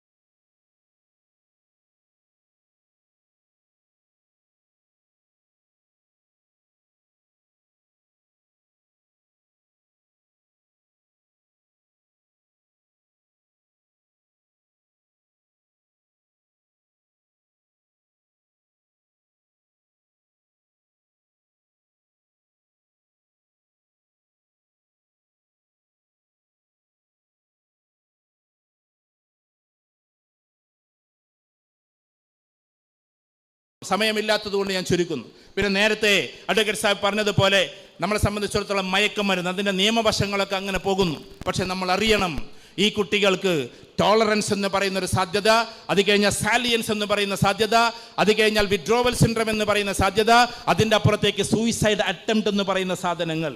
ഇതൊക്കെ എന്താ? ചെറുതായിട്ടൊന്ന് മനസ്സിലാക്കാം, അധികം പേടിക്കൊന്നും വേണ്ട. ഒരു സാധനം ഉപയോഗിക്കുമ്പോൾ അതിൻ്റെ മേലേക്ക് ഉപയോഗിച്ച് അതിനോട് ടോളറേറ്റ് ചെയ്ത് അങ്ങനെ പോകുന്നതിൻ്റെ പേരാണ് ടോളറൻസ്. നിങ്ങളാരും മനസ്സിലാക്കണ്ട, പണ്ട് നമ്മളൊക്കെ പുകവലിച്ചിരുന്നത് പോലെ ആ പുകവലി തന്നെ വീണ്ടും ആവർത്തിക്കപ്പെടും നിങ്ങൾ വിചാരിക്കേണ്ട. പുകവലിച്ചിരുന്നവർ പണ്ട് വലിച്ചിരുന്നവരൊക്കെ ഇപ്പോൾ ഇവിടെ വലിക്കുന്നുണ്ടാവും. അതെന്നെ ഇരുന്ന് തുടർന്നത് എങ്കിൽ അതിൽ നിന്ന് മാറി അതിൻ്റെ മുകളിലേക്ക് ഇങ്ങനെ ഉപയോഗിച്ചേ പോകും. അങ്ങനെ കുട്ടി അതിന് അഡിക്റ്റായി മാറും. രണ്ടാമത് സാലിയൻസ് എന്ന് പറയും. സാലിയൻസ് എന്ന് പറഞ്ഞാൽ എനിക്കിത് ഉപയോഗിക്കാതെ ഒരു നിവൃത്തിയുമില്ല എന്നൊരു സ്റ്റാൻഡേർഡിലേക്ക്, ഒരു അവസ്ഥയിലേക്ക് അവൻ എത്തലാണ്. എനിക്കിത് ഉപയോഗിക്കാതെ പറ്റൂല, അതിനു വേണ്ടിയിട്ട് ഓരോ കാര്യങ്ങൾ ചെയ്തുകൊണ്ടിരിക്കും. അങ്ങനെ അവൻ ക്രിമിനലായി മാറിക്കൊണ്ടിരിക്കുന്ന ഒരു അവസ്ഥക്കാണ് സാലിയൻസ് എന്ന് പറയുക. വിഡ്രോവൽ സിൻഡ്രം അതിൻ്റെ മറ്റൊരു ഭാഗമാണ്. അഥവാ അതിൽ നിന്നിങ്ങനെ പിന്മാറാൻ വേണ്ടിയിട്ട് അല്ലെങ്കിൽ അവൻ നിർത്താൻ വേണ്ടി ശ്രമിച്ചാൽ കഴിയില്ല, വിറയൽ വരും, തലയിട്ടടിക്കും, ചിലപ്പോൾ അതിൻ്റെ അപ്പുറത്തേക്ക് പലതും കാണിച്ചുകൊണ്ടിരിക്കും. നിങ്ങളൊരു കാര്യം മനസ്സിലാക്കേണ്ടത് എന്താണെന്നറിയോ? ഇതിലേക്ക് കയറിക്കഴിഞ്ഞാൽ ഡോപ്പമിൻ എന്ന് പറയുന്ന സാധനം നമ്മുടെ തലച്ചോറിന് കിട്ടേണ്ടുന്ന ഒരു ഊർജ്ജമാണ്. അത് കൂടുതലായി ആയി അവസാനം ചെറിയതൊക്കെ അവൻ മറന്നുകൊണ്ടേയിരിക്കും. ഉദാഹരണത്തിന് നമ്മുടെ ഉമ്മയെ നോക്കുമ്പോൾ നമുക്ക് 1500 ആയിട്ടാണ് ഉമ്മാനൊക്കെ ഒരു സന്തോഷം കിട്ടുക. ഒരു ഉദാഹരണം പറയാം, 2000 ആയിരിക്കും എന്താകുക ആ ഉമ്മനെ വേർപിരിയുമ്പോൾ. ഇപ്പം നമ്മൾ ഉദാഹരണത്തിന് ഉമ്മനെ വിട്ടിട്ട് നമ്മൾ ഗൾഫിക്ക് പോകുമ്പോൾ 1500 എന്നുള്ളത് 2000 ആവും. തിരിച്ച് വാപ്പ ഗൾഫിൽ നിന്ന് വരുമ്പോൾ മക്കൾ കാത്ത് കുൻ്റെ ഇപ്പം പോരും ഇപ്പൻ്റെ കാറും കണ്ട് കാണുമ്പോൾ മനുഷ്യൻ ചിലപ്പോൾ 2000-ലേക്ക് കണ്ടു പോകും. ഒരു ഉദാഹരണം പറയാൻ. പക്ഷേ ഈ പറയുന്ന ഡോപ്പമിൻ ഇഞ്ചക്ഷൻ ചെയ്ത് അഥവാ സിന്തറ്റിക്കിലൂടെ നമ്മുടെ തലച്ചോറിൻ്റെ ഉള്ളിലേക്ക് അടിച്ചു കയറ്റുന്നത് 1,00,000 80,000 അതങ്ങനെ കയറിക്കഴിഞ്ഞാൽ പിന്നെ കുട്ടികളാകെ താളം തെറ്റും. പാവം മക്കൾക്ക് ഇതറിയില്ല. ആയിരക്കണക്കിന് മക്കളെ നമ്മളങ്ങനെ കണ്ടിട്ടുണ്ട്. ഓരോ ഡി അഡിക്ഷൻ സെൻ്ററിലും. ഇപ്പോൾ നിങ്ങൾ നമ്മുടെ ഇക്ര ഹോസ്പിറ്റലിൽ ഡി അഡിക്ഷൻ സെൻ്ററിൽ അവിടെ അത് കൈകാര്യം ചെയ്യുന്ന പ്രിയപ്പെട്ട എൻ്റെ സുഹൃത്തുണ്ട്. അവൻ പറയുകയാണ്, നിങ്ങൾ വിടണ തന്നെ മതിയാവും ചിലപ്പോൾ ഇവിടുത്തെ മൊത്തത്തിലുള്ള കാര്യങ്ങൾക്കെന്ന്. അത്രമാത്രം കുട്ടികൾ ഡി അഡിക്ഷൻ സെൻ്ററിലേക്ക് മാറിക്കൊണ്ടിരിക്കുക. എന്താ കാരണം എന്നറിയോ? ഈ കുട്ടികളുടെ ഉള്ളിലേക്ക് പോകുമ്പോൾ ഇവർ കൊലപാതകത്തിലേക്കും ആക്രമണോത്സുകതയിലേക്കൊക്കെ പോകുന്നത് എന്തുകൊണ്ടാണെന്നറിയോ? അത് വളരെ ശ്രദ്ധിക്കണം. എന്താണെന്ന് വെച്ചാൽ നമ്മൾ ഉമ്മനെ കണ്ടുകൊണ്ടിരുന്ന സമയത്ത് കിട്ടിയിരുന്ന 1500 ഡിഗ്രിയിൽ ഉണ്ടായിരുന്നെങ്കിൽ ഇതിലുണ്ടായിരുന്ന ആ സാധനം പിന്നെ പോകും. പിന്നെ 1,00,000-ലേക്ക് കയറുമ്പോൾ ഇതിന് വലിയ വില ഒന്നും ഉണ്ടാവില്ല. എങ്ങനെയെന്ന് ചോദിച്ചാൽ നമ്മളെപ്പോഴും ഒരു ഉദാഹരണം പറയാറുണ്ട്. ഒരു മുഖ്യമന്ത്രിയായ ഒരു മനുഷ്യനെ വാർഡ് മെമ്പറാക്കിയാൽ എങ്ങനെ ഉണ്ടാവുക? അതേപോലെ ഉണ്ടാവും. മുഖ്യമന്ത്രിനെ പിടിച്ചിട്ട് നിങ്ങളെ പഞ്ചായത്തിലെ കോടൂർ പഞ്ചായത്തിലെ 14-ാം വാർഡിലെ മെമ്പറാക്കിയാൽ അതിലും വലിയ ശിക്ഷ മുഖ്യമന്ത്രിക്ക് കൊടുക്കാൻ വേറൊന്നും ഉണ്ടാവില്ല. ഡീഗ്രഡേഷൻ എന്നാണ് പറയുക. രാജാക്കന്മാർ ചെയ്തിരുന്ന ഒരു പരിപാടിയാണ് ശിക്ഷയിൽ ഡീഗ്രഡേഷൻ. ഉദാഹരണത്തിന് ഷെയ്ഖ് മുഹമ്മദിൻ്റെ അവിടെ എനിക്കറിയാവുന്ന ഒരു മനുഷ്യൻ, അദ്ദേഹം ഉയർന്ന നിലയിലായിരുന്നു ഉണ്ടായിരുന്നത്. പിന്നെന്തോ ഒരു ചെറിയ പ്രശ്നം വന്നപ്പോൾ അദ്ദേഹത്തിനെ നേരെ പിടിച്ചിട്ട് പിയൂണാക്കി. എന്താ കാര്യം എന്നറിയോ? പിയൂണാകുമ്പോൾ ഉണ്ടാക്കുന്ന ഒരു മാനസിക സംഘർഷമുണ്ട്. ഇപ്പോൾ ഒരു ഉദാഹരണം പറഞ്ഞാൽ, ഒരു ഉദാഹരണം മാത്രമാണ്, വേറൊന്നും വിചാരിക്കരുത്. പാണക്കാട്ടെ കുടുംബത്തിലേക്ക് നേരിട്ട് ആക്സസ് ഉള്ള ഒരാളാണെന്ന് വിചാരിക്കുക. ചെല്ലുമ്പോഴേക്ക് തങ്ങന്മാർ കയറ്റിയിരുത്തലല്ലേ അത്തേക്കെത്തല അകത്തിൻ്റെ ഹാളിൻ്റെ ആളിലേക്ക് ഇരുത്തുന്ന ഒരാൾ പിന്നെ പറയാണ് നിങ്ങൾ ഈ പടിക്കേ കയറണ്ടെന്ന് പറഞ്ഞാൽ ആ പടിയുടെ ഭാഗത്ത് നിന്ന് ഇങ്ങനെ നോക്കുമ്പോണ്ടാകുന്നൊരു വേദന ഉണ്ടല്ലോ. ഒരു ഉദാഹരണം പറഞ്ഞത് മാത്രം. ഇതേപോലെ പിന്നെ ഉമ്മയെ കാണുമ്പോൾ നമുക്ക് ദേഷ്യം വരാൻ തുടങ്ങും. കാരണം പിന്നെ 1500 ഡോപ്പമിനൊന്നും നമുക്ക് നടക്കൂല. പിന്നെ ആ ഉമ്മാനെ കൊല്ലാൻ നോക്കും, ബാപ്പനെ കൊല്ലാൻ നോക്കും, മക്കളെ കാണുമ്പോൾ ഇറിറ്റേഷൻ വരും, നമ്മളാകെ താളം തെറ്റുന്നൊരവസ്ഥ വരും. പിന്നെ ആകെ ഒരൊറ്റ നിവൃത്തിയേ ഉള്ളൂ, സൂയിസൈഡ് എന്ന് പറയുന്നതിലേക്ക്, അഥവാ ആത്മഹത്യ ചെയ്യുന്നതിലേക്ക്. അതുകൊണ്ടാണ് ലോകത്തിൽ ഏറ്റവും കൂടുതൽ ആത്മഹത്യ ചെയ്യുന്ന ആളുകളായി ഈ കൂട്ടർ മാറാനുള്ളൊരു കാരണവും അതാണ്. അപ്പം എന്താ ചെയ്യണ്ടേ? ഇതിന് നമ്മൾ മഹല്ല് ചെയ്യേണ്ട ചില പരിപാടികളുണ്ട്. എൻ്റെ പ്രിയപ്പെട്ട മഹല്ലിലെ മുഴുവൻ ഭാരവാഹികളോടും എനിക്ക് പറയാനുള്ളത്, നിയമങ്ങളോ കാര്യങ്ങളൊക്കെ മാഷാ അല്ലാഹ് അതിൻ്റെ ആളുകൾ നന്നായിട്ട് പറഞ്ഞു. ആ ഭാഗം അവരോട് ചോദിച്ചിട്ട് തന്നെ ചെയ്യണം. അതല്ലാത്ത ചില കാര്യങ്ങൾ പറഞ്ഞോട്ടെ. നമ്മുടെ മഹല്ലിൽ അങ്ങനെ ആരെങ്കിലും മയക്കുമരുന്ന് ചെറുതായെങ്കിലും ഉപയോഗിക്കുന്നു എന്ന് നിങ്ങൾക്ക് പിടുത്തം കിട്ടിയാൽ മാത്രം ആരെയും അറിയിക്കാതെ ആ കുട്ടിനെ ട്രീറ്റ് ചെയ്യാൻ പറ്റണം. ഒരിക്കലും ജനങ്ങളുടെ കൂട്ടത്തിൽ അത് അറിയിക്കരുത്. അങ്ങനെ അറിയിച്ചു കഴിഞ്ഞാൽ എല്ലാവരും അറിഞ്ഞു എന്നുള്ള സ്ഥിതിക്ക് പിന്നെ മനുഷ്യൻ്റെ സൈക്കോളജി ടോട്ടാലിറ്റിയിലേക്ക് മാറും, അഥവാ ബ്രോഡനിങ്ങിലേക്ക് മാറും. പിന്നെ അത് പരസ്യമായിട്ട് അവൻ ചെയ്യാൻ തുടങ്ങും. കാരണം എല്ലാവരും അറിഞ്ഞല്ലോ, ഇങ്ങനെയാണ്. ഇപ്പോൾ ഉദാഹരണത്തിന് ഒരു ഭാര്യയ്ക്ക് ഒരു ചെറിയ അബദ്ധം വന്നു എന്ന് വിചാരിക്കുക. ആർക്കെങ്കിലും ഒരു മെസ്സേജ് വിട്ടുപോയി, ആ വിട്ട് കഴിഞ്ഞാൽ അത് ഭർത്താവ് എല്ലാവരോടും പറഞ്ഞു നടന്നാൽ പിന്നെ അവൾക്ക് യാതൊരു അരിശുണ്ടാവില്ല. പിന്നെ മെസ്സേജ് മാത്രം വിടലാകൂല, അതിൻ്റെ അപ്പുറത്തേക്കൊക്കെ പോയി പോകും. അതുകൊണ്ട് അതിനെ രഹസ്യമായി കൈകാര്യം ചെയ്യുക എന്നതാണ്. അത് മാത്രമാണ് നമ്മൾ ചെയ്യണ്ടേ. ഹസ്രത്ത് ഉമർ റളിയല്ലാഹു തആലയുടെ കാലഘട്ടത്തിൽ ഞാൻ ഇവിടെ സൂചിപ്പിച്ചിട്ടുണ്ട്, ഒന്നും കൂടി പറഞ്ഞോട്ടെ ഈ മഹല്ലിൽ ആളുകളോട്. എന്ന് വെച്ചാൽ ഒരാൾ മദ്യപിക്കുന്നത് കണ്ടു. സഹാബാക്കൾപ്പെട്ടവരൊന്നുമല്ല, നഊദുബില്ലാ, അങ്ങനൊന്നും നമ്മൾ പറഞ്ഞേക്കരുത്. അന്ന് 20 രാജ്യങ്ങളിലേക്ക് ദീന് വ്യാപിച്ച സമയം, a single spiritual dominion and 20 physical kingdoms എന്ന് പറഞ്ഞിരുന്ന കാലം. ആ വിദേശ രാജ്യങ്ങളിൽ നിന്ന് ആൾക്കാർ ദീന് പഠിക്കാൻ വേണ്ടി മദീനയിലേക്ക് വരാൻ, അതിലൊരു ചെറുപ്പക്കാരൻ അറിയാതെ മദ്യപിച്ചു പോയി. ഉമർ റളിയല്ലാഹു അൻഹു ഭയങ്കര സങ്കടമായി. ഉമർ റളിയല്ലാഹു അൻഹു അത് ജസ്റ്റ് ഇങ്ങനെ കണ്ട് നേരെ മസ്ജിദ് നബവിയിലേക്ക് പോയി. കുറേ കരഞ്ഞു, കുറേ അള്ളാഹുവോട് ദുആ ചെയ്തു. മാസങ്ങൾ, അല്ലെങ്കിൽ 1 മാസോ 1.5 മാസോ ആ ചെറുപ്പക്കാരൻ പിന്നെ പള്ളിയിലേക്ക് വന്നില്ല, നിസ്കരിക്കാൻ വന്നില്ല. വീട്ടിൽ വെച്ച് നിസ്കാരം തുടങ്ങി. ദീന് പഠിക്കാൻ വേണ്ടി വന്ന ആളാണ്, ജസ്റ്റ് മുസ്ലിം ആയിട്ടേ ഉള്ളൂ. ഉമർ റളിയല്ലാഹു തആല അൻഹു കാത്തിരുന്നു. 1.5 മാസം കഴിഞ്ഞപ്പോൾ ആ ചെറുപ്പക്കാരൊരു ദിവസം പള്ളിക്ക് വരികയാണ്. ബാക്കിൽ സഫിൽ നിൽക്കുന്നുണ്ട്. ഉമർ റളിയല്ലാഹു തആലയുടെ ഒരു രീതിയുണ്ട്, അഥവാ ഇത്രയും രാജ്യത്തിൻ്റെ ഖലീഫയാണ്. നിസ്കാരം കഴിഞ്ഞാൽ ബാക്കിലേക്ക് നോക്കും, എല്ലാ സഹോദരന്മാരെയും നോക്കി ഒന്ന് പുഞ്ചിരിക്കും. ഇത് റസൂൽ സ്വല്ലല്ലാഹു അലൈഹി വസല്ലമയുടെ ശൈലി. അതേപോലെ തന്നെ അനുധാവനം ചെയ്തതാണ് ഉമർ റളിയല്ലാഹു തആല. അങ്ങനെ നോക്കുമ്പോൾ ബാക്കിൽ ഈ ചെറുപ്പക്കാരനെ കാണുന്നു. അദ്ദേഹത്തെ അരികിലേക്ക് വിളിച്ചു. ബാക്കി അദ്ദേഹം തന്നെ പറയുന്നുണ്ട്, ഞാൻ ഉമർ റളിയല്ലാഹു തൻ്റെ അരികിലേക്ക് നടക്കുമ്പോൾ എനിക്ക് വല്ലാത്തൊരു സങ്കടം തോന്നി. ഇപ്പം ഞാൻ വഷളാകും. ആകെ എനിക്ക് വല്ലാത്ത പേടിയും തോന്നി. എന്നെ ചാട്ട കൊണ്ടടിക്കും. അന്ന് ഉസ്തുവാനയിൽ കെട്ടിയിട്ട് ചാട്ട കൊണ്ടടിക്കലാണ്, തൂണിൽ കെട്ടിയിട്ട്. അതുപ്പുണ്ടാകും. ഞാൻ വഷളാകുമല്ലോ എന്ന് വിചാരിച്ച് അരികിലേക്കെത്തി. മിമ്പറിൽ വെച്ച് റസൂലുള്ളാഹി സ്വല്ലല്ലാഹു അലൈഹി വസല്ലം ഇമാമത്ത് നിസ്കരിച്ച മിമ്പറിൽ വെച്ച് എന്നെ മിഹ്റാബിൽ വെച്ച്, മിമ്പറിൽ വെച്ചിട്ടില്ല മിഹ്റാബിൽ വെച്ചിട്ട് നേരെ എന്നെ ആലിംഗനം ചെയ്തു ഹസ്രത്ത് ഉമർ റളിയല്ലാഹു തആല. എന്നിട്ട് ചെവിയിൽ മെല്ലെ പറഞ്ഞു, മോനെ നീ മദ്യപിക്കുന്നത് ഞാൻ ആരോടും പറഞ്ഞിട്ടില്ല, ഞാനത് പറയുകയുമില്ല. ആ മനുഷ്യൻ തിരിച്ചിങ്ങോട്ട് പറഞ്ഞു, അമീറുൽ മുഅ്മിനീൻ നിങ്ങൾ അങ്ങനെ ചെയ്യുമെന്ന് എനിക്കറിയാം, അതുകൊണ്ട് ഞാൻ പിന്നെ മദ്യപിച്ചിട്ടില്ല. ഇനിതാ റസൂൽ സല്ലല്ലാഹു അലൈഹി വസല്ലമയുടെ മസ്ജിദ് നബവി വെച്ച് ഞാൻ സത്യം ചെയ്യുന്നു, ഇനി എൻ്റെ ജീവിതത്തിൽ ഞാൻ മദ്യപിക്കുകയുമില്ല. നമ്മൾ നമ്മുടെ മഹല്ലിലെ ഓരോരുത്തരെയും കൈകാര്യം ചെയ്യേണ്ടത് ഇങ്ങനെയാണ്. അഥവാ ലിസ്റ്റിൽ അവനുണ്ട് എങ്കിൽ അവനെ പേഴ്സണൽ കൗൺസിലിങ്ങിന് വിധേയമാക്കുക. നല്ല കൗൺസിലേഴ്സിൻ്റെ അടുത്ത് കൊണ്ടുപോവുക. കൗൺസിലേഴ്സിൽ തന്നെ കുറച്ച് തെറാപ്പി അറിയുന്നവരാണെങ്കിൽ അതായിരിക്കും ഏറ്റവും ബെസ്റ്റ്. കാരണം തെറാപ്പിയിലൂടെ കുറേയൊക്കെ മാറുന്നുണ്ട്. ഇനി അതിന് നിൽക്കുന്നില്ല എങ്കിൽ മെല്ലെ മെഡിസിൻ സ്റ്റാർട്ട് ചെയ്യുന്ന സൈക്കാട്രി ലെവലിലുള്ള ഡോക്ടേഴ്സിനെ കൊണ്ടുപോവുക. സൈക്കാട്രി ഇഷ്യൂ അല്ല അവനുള്ളത്, ഡി അഡിക്ഷൻ്റെ പ്രശ്നങ്ങളാണ്. അപ്പോൾ അതുമായി ബന്ധപ്പെട്ട് മെഡിസിൻ നൽകുന്ന ഡോക്ടേഴ്സിലേക്ക് കൊണ്ടുപോവുക. അതിനും പറ്റുന്നില്ലെങ്കിൽ ഡി അഡിക്ഷൻ സെൻറ്ററിൽ അഡ്മിറ്റ് ചെയ്യുക. പിന്നീട് അവനെ അന്തരീക്ഷം മാറ്റുക. അവൻ തിരിച്ച് ആ ഗ്യാങ്ങിലേക്ക് വരാതിരിക്കുക. അവനെ വീണ്ടും റീപ്ലേസ് ചെയ്യുക. ഇത്രയും കാര്യങ്ങളാണ് സത്യത്തിൽ ആ കാര്യത്തിൽ നമുക്ക് ചെറുതായിട്ട് ചെയ്യാനുള്ളത്. അതിൻ്റെ നിയമവശവുമായി ബന്ധപ്പെട്ട കാര്യങ്ങൾ അദ്ദേഹം അറിയിച്ചു. ധൈര്യസമേതം നിങ്ങൾ ഇവരെ പോലെയുള്ളവരെ അറിയിച്ചേക്ക്. ചെറിയ കുട്ടികൾക്ക് എങ്ങാനും ഇത് കൊടുത്താൽ, സാധാരണ ചെറിയ കുട്ടികൾക്ക് അത് കൊടുത്തു തുടങ്ങുന്നത്. നാളെ ഒരു കൗൺസിലിങ്ങിൽ ഒരു മദ്രസയിൽ പോണ കുട്ടി, മദ്രസ രാവിലെ 6:15 തുടങ്ങുക. ഇങ്ങനെ പോകുന്ന സമയത്ത് ഒരു ബൈക്കാരൻ വന്ന് നിർത്തുന്നു. ആ കുട്ടിനോട് ചോദിക്കുന്നു, മോനെ എങ്ങോട്ടുള്ള വഴി ഏതാ? ഒരു സ്ഥലം ചോദിക്കുക. കുട്ടികളോട് ചോദിച്ചാൽ പിന്നെ കുട്ടികൾക്ക് ആവേശമായില്ലേ, ഇങ്ങനെ പോയാൽ മതി കാക്ക എന്നൊക്കെ പറഞ്ഞ് അയാൾ ബൈക്ക് തിരിച്ച് ഇങ്ങോട്ടന്നെ വന്നു. മോനെ നല്ല മോനാട്ടോ, നല്ല സ്മാർട്ട് മോന്, എനിക്ക് എൻ്റെ മറുപടിയൊക്കെ ഇഷ്ടമായി എന്നൊക്കെ പറഞ്ഞൊരു മിഠായി കണ്ട് കൊടുക്കുകയാണ്. ഒരു മഞ്ഞ കളറുള്ള കുട്ടി പറയുന്ന ഒരു മഞ്ഞ കളറുള്ള മിഠായി എനിക്ക് തന്നു. ഞാനത് കഴിച്ചു. പിന്നെ ഞാനതിന് കാത്തിരിപ്പായി. കാരണം ഇത് സാധാരണ മിഠായി അല്ല, മയക്കുമരുന്നുള്ള മിഠായിയാണ്. ഇന്ന് കുട്ടികൾക്ക് അതാ കൊടുത്തുകൊണ്ടിരിക്കുന്നത്. സ്കൂളുകളിൽ മദ്രസകളിലൊക്കെ പോകുന്ന കുട്ടികളോട്, ഇവിടെ ചെറിയ മക്കളുണ്ടെങ്കിൽ പറയല്ലേ, രക്ഷിതാക്കളോട് പറയാണ്, അറിയാത്ത ഒരാൾ എന്ത് തന്നെ തന്നാലും നമ്മുടെ കുട്ടികളോട് വാങ്ങരുത് എന്ന് പറയണം. അത് ഏത് ചോക്ലേറ്റ് ആയാലും ശരി, എന്തായാലും ശരി. അപ്പോൾ തരുന്നതൊക്കെ മോശമെന്നല്ല. ഒന്നാമത് അറിയാത്ത കുട്ടികൾക്ക് നമ്മളത് കൊടുക്കേണ്ട കാര്യമില്ല. അതിന് നമ്മൾ ആ വീട്ടിൽ പോയിട്ട് എന്തെങ്കിലുമൊക്കെ ചെയ്യുമ്പോൾ കൊണ്ടേ കൊടുക്കുക എന്നല്ലാതെ വഴിയോരത്ത് വെച്ചിട്ട് കുട്ടികൾക്ക് മിഠായി വിതരണം ചെയ്യുന്ന കാലമൊക്കെ കഴിഞ്ഞു പോയി.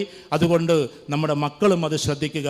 ഇങ്ങനെ വഴിപോക്കനായി നിൽക്കുന്ന ആളുകൾ വരെ കേമന്മാരായി വന്നുകൊണ്ട് നമുക്കിത് തരുന്ന ഒരു കാലത്തിലൂടെ നമ്മൾ കടന്നു പോകുമ്പോൾ നമ്മുടെ കുട്ടികളോട് അത് ശ്രദ്ധിക്കാൻ വേണ്ടിയിട്ട് പറയണം.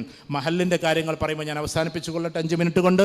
എൻ്റെ ഈ പ്രിയപ്പെട്ട ഇവിടെ ഇരിക്കുന്ന ഇവിടുത്തെ എല്ലാ സാരഥികളോടും അല്ലാത്തവരോടും ഇതൊരു ഉപദേശമല്ല.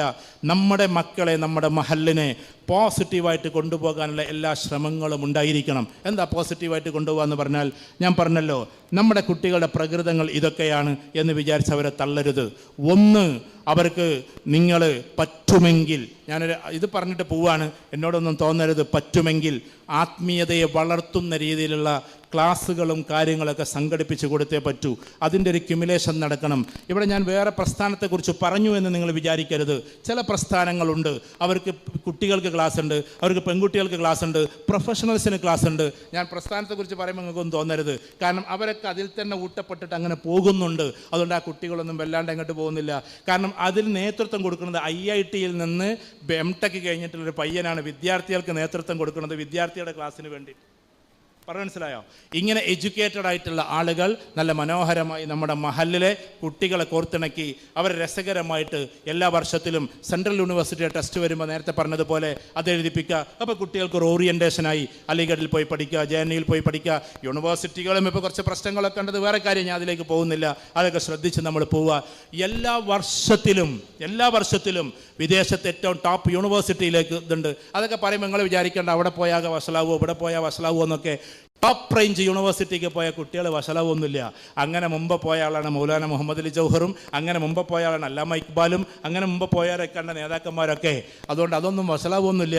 കുട്ടികൾ സീരിയസ് സ്റ്റഡീസിലേക്ക് പോകും. തന്നെ അവർ സ്റ്റൈപ്പൻഡ് കൊടുക്കും. കാര്യങ്ങൾ ഇതിൻ്റെയൊക്കെ ഏതൊക്കെ രീതിയിലുള്ള എൻട്രൻസുകൾ ഉണ്ടെന്ന് നിങ്ങൾ കണ്ടെത്തണം. ഇതേമാതിരി ക്ലാറ്റ്, ഇപ്പോൾ ഇവിടെ ലോയിലേക്കൊക്കെ പോകാനുള്ള എൻട്രൻസ് എക്സാം ഉണ്ട്. അത് എഴുതാൻ താല്പര്യമുള്ളവർ അങ്ങനെ ഈ എസ് ഐ ടെസ്റ്റ് പോലുള്ളത് ചെയ്യാൻ പറ്റുമെങ്കിൽ അങ്ങനെ ഒരു കരിയർ വിങ്, ഒരു അടിപൊളി ഒരു കരിയർ വിങ് നമ്മുടെ നാട്ടിലുണ്ടാവുക, നിങ്ങൾക്ക് ഉണ്ടാകുകയിരിക്കാം. അതിന് എഡ്യൂക്കേറ്റഡായ ആളുകൾ, അധ്യാപകരും അല്ലാത്തവരുമായ ആളുകൾ അതിന് വേണ്ടിയിട്ട് ഏൽപ്പിക്കുക.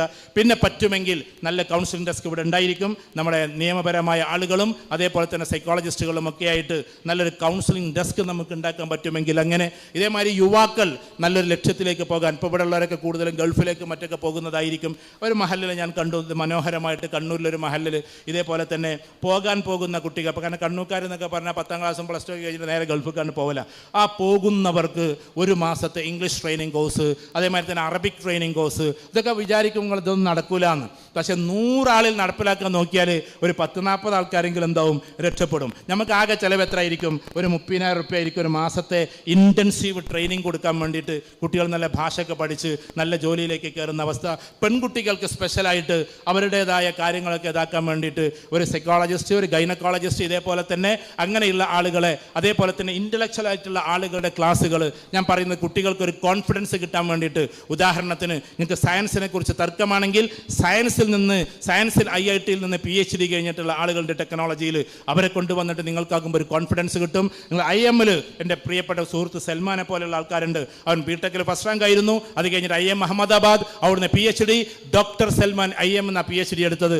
ഇപ്പോൾ നമ്മുടെ IM-ലെ, നമ്മുടെ കാലിക്കറ്റ് IM-ലെ ചീഫ് ലെക്ചറായിട്ട് അവൻ വർക്ക് ചെയ്യുന്നു. അങ്ങനത്തെ ആളുകളെ കൊണ്ടുവന്നിട്ടുള്ള ക്ലാസ്സുകൾ, കുട്ടികൾക്ക് കോൺഫിഡൻസ് കിട്ടുന്ന പ്രൊഫഷണൽ ആളുകൾക്ക് പോലുമുള്ള ക്ലാസ്സുകൾ ഇങ്ങനെ മാസാന്തം നടത്താൻ പറ്റും. അതിനായിട്ട് ആകെ ഒരുങ്ങിയാകെ ഇടങ്ങറായൊന്നും വേണ്ട. അതിനെ ഷെഡ്യൂൾ ചെയ്ത് ടോട്ടൽ ഒരു തരംഗമുണ്ടാക്കി ഒരു ലക്ഷ്യത്തിലേക്ക് എത്തിക്കുക എന്നതാണ്. ഓരോ മഹലിനും ഒരു ലക്ഷ്യമുണ്ടാകണം. ഈ കുട്ടികൾക്ക് ഇപ്പോൾ 15 വയസ്സായെങ്കിൽ 25 വയസ്സ് വരെ ആ കുട്ടിയെ ഇങ്ങനെ ഓറിയൻറ്റ് ചെയ്യണമെന്ന കൃത്യമായൊരു ഓറിയൻറ്റേഷൻ നമ്മുടെ കുട്ടികൾക്ക് കൊടുക്കാൻ നമുക്ക് പറ്റണം. ഇത്തരത്തിലുള്ള കാര്യങ്ങളൊക്കെ ചെയ്തിട്ട് നമ്മുടെ മഹലിനെ ഒന്നും കൂടി നന്നാക്കിയെടുക്കാൻ വേണ്ടി നമുക്ക് നോക്കണം. ഇപ്പം നല്ല ഉഷാറിലാണ് പോണത്. ഇതേപോലത്തെ എല്ലാം നിങ്ങൾ ഉണ്ടാകുമെന്ന് നമ്മൾ ധരിക്കുന്നു. ഇതേപോലെ നമുക്ക് ചെയ്യാൻ പറ്റുന്ന ഒന്നാണ് പ്രായം ചെന്നവർക്ക് വേണ്ടി എന്തൊക്കെ ചെയ്യാൻ പറ്റുമെന്ന കാര്യം. അതും നിങ്ങൾ നോക്കേണ്ടതാണ്. ഉദാഹരണത്തിന് 60+, 65+ ഒക്കെ ചെയ്ത ആൾക്കാർ ഇവിടെ ഉണ്ടാവും. അവരൊക്കെ വീട്ടിൽ തന്നെ ഇരിക്കുന്നുണ്ടാവും. അവരെയും കൊണ്ടൊരു യാത്ര സംഘടിപ്പിക്കുക. മഹലിൻ്റെ നേതൃത്വത്തിൽ മഹലിലുള്ള പ്രായം ചെന്ന ആൾക്കാരൊക്കെ പാടെ കൂടിയിട്ടൊരു യാത്ര നല്ല രസമായിരിക്കും. ഒരു ബസ് യാത്ര സംഘടിപ്പിക്കുക. വയനാട്ടിലേക്കോ അവിടേക്കോ ഒന്ന് കൊണ്ടുപോവുക. ഞാൻ ഈ അടുത്തിടെ നമ്മുടെ ബ്രൂണൈ എന്ന് പറഞ്ഞൊരു രാജ്യത്ത് പോയി. ഒരു ഹോട്ടലിൽ ഞായറാഴ്ച, എല്ലാ ഞായറാഴ്ച അവിടെ ആഘോഷമാണ്. അപ്പോൾ എന്താ, ഞായറാഴ്ച ഹോട്ടലിലേക്ക് കൊണ്ടുവരിക. ബ്രൂണൈ പോയവരൊക്കെ ഈ കൂട്ടത്തിലുണ്ടാവും. അഥവാ വീട്ടിൽ ബെഡ് റെസ്റ്റിൽ കിടക്കുന്ന പാവപ്പെട്ട ഉപ്പമാരുണ്ടാവുമല്ലോ, തീരെ തളർന്ന് കിടക്കുന്ന ആൾക്കാരെ, അവരെ വീൽ ചെയറിലൊക്കെ ആക്കി മടക്കി ഒതുക്കി കൊണ്ടുവന്നിട്ട് ഹോട്ടലിൽ കൊണ്ടുവരിക. എന്നിട്ട് പേരക്കുട്ടികളെയും കുട്ടികളെയൊക്കെ കൂട്ടത്തിൽ ഇരുന്നിട്ട് കഴിപ്പിക്കുക. പ്രായം ചെന്നവരെ മാനിക്കുക. അവർ എത്ര തളർന്ന് കിടക്കുകയാണെങ്കിൽ ഇവരെങ്ങനെയെങ്കിലും കൊണ്ടുവരും. നല്ല രസം. എന്നിട്ട് പോലെ ഒരു ചിരിയെങ്കിലും ചിരിക്കും ഇരുന്നിട്ട്. കാരണം ഈ പേരക്കുട്ടികളെയും കുട്ടികളപ്പോൾ വീണ്ടും ഹോട്ടലിൽ പോവുക, വീണ്ടും സജീവമാക്കുക. നമ്മൾ പരപ്പനങ്ങാടിക്കാരോട് പറഞ്ഞപ്പോൾ ഇങ്ങനെ വികലാംഗരായ ആളുകളെ മുഴുവൻ ഒരു വെള്ളിയാഴ്ച പള്ളിയിൽ കൂട്ടി.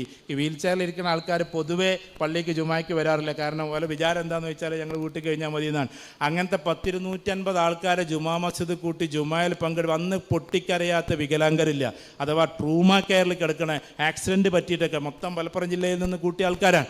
ഇങ്ങനത്തെ പരിപാടികൾ നടത്തി. നമ്മളൊരു ഹജ്ജ് ഗ്രൂപ്പിനോട് പറഞ്ഞപ്പോൾ ജീവിതത്തിൽ ലോകത്തിൽ തന്നെ ആദ്യമായിട്ടായിരിക്കും അവർ പറഞ്ഞത്.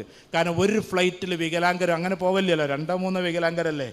ഒറ്റ ഫ്ലൈറ്റിൽ വികലാംഗർ സാധാ വികലാംഗരല്ല, ട്രൂമാക്കി കേൾക്കണം, വീൽ ചെയറിൽ, അങ്ങനെ പറയാം, വീൽ ചെയറിൽ ഇരിക്കുന്ന ആൾക്കാർ ഫുൾ ഫ്ലൈറ്റ് കയറി. അതോടുകൂടി ഫ്ലൈറ്റുകാർ പറയുകയും ചെയ്ത് ഇനി ഇങ്ങനൊരു ഫ്ലൈറ്റ് എന്താക്കൂല, ഞങ്ങൾ കൊണ്ടുപോകില്ല. അതിൻ്റെ പ്രയാസം മനസ്സിലാക്കിയിട്ട് ഞാൻ ആ ട്രാവൽസിനോട് പറയുന്നില്ല, ട്രാവൽസിൻ്റെ പ്രൊമോഷൻ ആകണ്ട. അങ്ങനെ ഷബീർ എന്ന് പറയും അതിൻ്റെ സുഹൃത്ത്, അദ്ദേഹം ഇതേപോലെ ഒരു ഫ്ലൈറ്റിൽ മുഴുവനും വീൽ ചെയറിലുള്ള ആൾക്കാരെ കൊണ്ടുപോയി. ഇതെല്ലാം ഒരു കരുതലാണ്. നമ്മുടെ മഹല്ലിലെ പാവപ്പെട്ട ആളുകൾക്ക് വേണ്ടി കൊല്ലത്തൊരു മഹല്ല് നിങ്ങൾ പോയാൽ കാണാൻ പറ്റും. 1500ഓളം ആളുകളുള്ളൊരു മഹല്ലാണ്. എൻ്റെ പ്രിയപ്പെട്ട ഒരു സുഹൃത്ത് തഹ സാഹിബിൻ്റെ ഒക്കെ ഒരു മഹല്ലാണ്. അവിടെ വീടില്ലാത്തവർക്ക് വീടുണ്ടാക്കി കൊടുക്കുന്നത് മഹല്ലാണ്. ഒരു കൊല്ലത്തിൽ 2 വീടുണ്ടാക്കി കൊടുക്കും, പിറ്റത്തെ കൊല്ലത്തിൽ 2 വീടുണ്ടാക്കി കൊടുക്കും. ആ മഹല്ലേരെല്ലാവരും കൂടി അതിലേക്ക് 500 റുപ്യ 1000 റുപ്യൊക്കെ കൊടുക്കും. അല്ലാതെ ഒറ്റപ്പെട്ട് എവിടെയെങ്കിലും പിരിക്കാനൊന്നും പോകില്ല.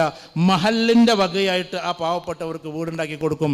അത് സക്കാത്ത് പിരിച്ചിട്ടോ അല്ലാതെയോ ആയിട്ട് മഹല്ലാണ് അത് ഏറ്റെടുക്കുന്നത്. അവർക്ക് പിരിവ് എന്നുള്ളത്, ഇത് വീട് എന്നുള്ളത്. അതേമാതിരി അവിടെ ടാലൻറ്റ് ടെസ്റ്റ് നടത്തിയിട്ട് എന്ത് ചെയ്യും, ആ കുട്ടികളെ പുറത്തൊക്കെ കൊണ്ടുപോയി പഠിപ്പിക്കണമെങ്കിൽ, അഥവാ പിന്നെ IAS അക്കാഡമിയിലൊക്കെ സിവിൽ സർവീസിനെ പറ്റിയ കുട്ടികളാണെങ്കിൽ അവരെ അഡോപ്റ്റ് ചെയ്തിട്ട് അവർക്ക് വേണ്ടിയുള്ള കാര്യങ്ങൾ. ഇതൊക്കെ കേൾക്കുമ്പോൾ നിങ്ങൾ പേടിക്കണ്ട, ആകെപ്പാടെ നിങ്ങൾക്ക് പൈസ ചിലവുള്ളൂ എന്നുള്ളത്. പക്ഷേ നിങ്ങൾക്ക് ആകെ കൊല്ലത്തിൽ ചിലപ്പോൾ 1000 റുപ്യേ 2000 റുപ്യേ മഹലിന് വേണ്ടി മാറ്റി വെക്കേണ്ടതുണ്ടാവുള്ളൂ എന്നാണ് എനിക്ക് തോന്നുന്നത്. കാരണം അപ്പോൾ നമുക്ക് തോന്നുന്നു അതൊക്കെ ഉണ്ടോ നമ്മളെ കയ്യിൽ നിന്ന്. ഞങ്ങളോട് പറയാൻ, ഈ കോഡൂരിലെ മഹല്ല്, ഞങ്ങളുടെ കോന്നല്ലൂരിലെ മഹല്ല് ഒരു കാലം കടന്നു പോയിട്ടുണ്ട്. നിങ്ങൾ നിങ്ങളുടെ മുൻഗാമികളിലേക്ക് നോക്ക്. അന്ന് ഇവിടെയൊക്കെ പട്ടിണിയായിരുന്നു, വെറുതെയായിരുന്നു. കുറച്ച് ഭൂമിയുള്ളവർക്ക് മാത്രം ഭക്ഷണം കഴിക്കാനുണ്ടായിരുന്ന ഒരു കാലത്ത് നമ്മുടെയൊക്കെ ഉമ്മാമ്മമാർ അല്ലെങ്കിൽ നമ്മുടെയൊക്കെ ഉമ്മമാർ ഒരു പിടി അരി എന്ന് പറയുന്നൊരു സാധനമുണ്ട്. നിങ്ങൾ ആലോചിക്കണം, ഒരു നാഴി അരി കൊണ്ട് അവിടുത്തെ 12 ആൾക്കാർക്ക് ഭക്ഷണം കഴിക്കണം. ആ ഒരു നാഴി അരി ഇങ്ങനെ കഴുകാൻ വേണ്ടി ഇടുമ്പോൾ കണ്ണൊന്നുമല്ലേ പോകുന്നത് ഈ ഒരു പിടി അരിയിലേക്കാണ്. അങ്ങനെ ഇടുമ്പോൾ, കഴുകാനിടുമ്പോൾ ഒരു പിടി അരി കണ്ട് വാങ്ങും, എന്നിട്ടൊരു കുടുക്കയിലേക്ക് ഇടും. ഈ കുടുക്ക ഏതിൻ്റെ കുടുക്കയെന്നറിയോ?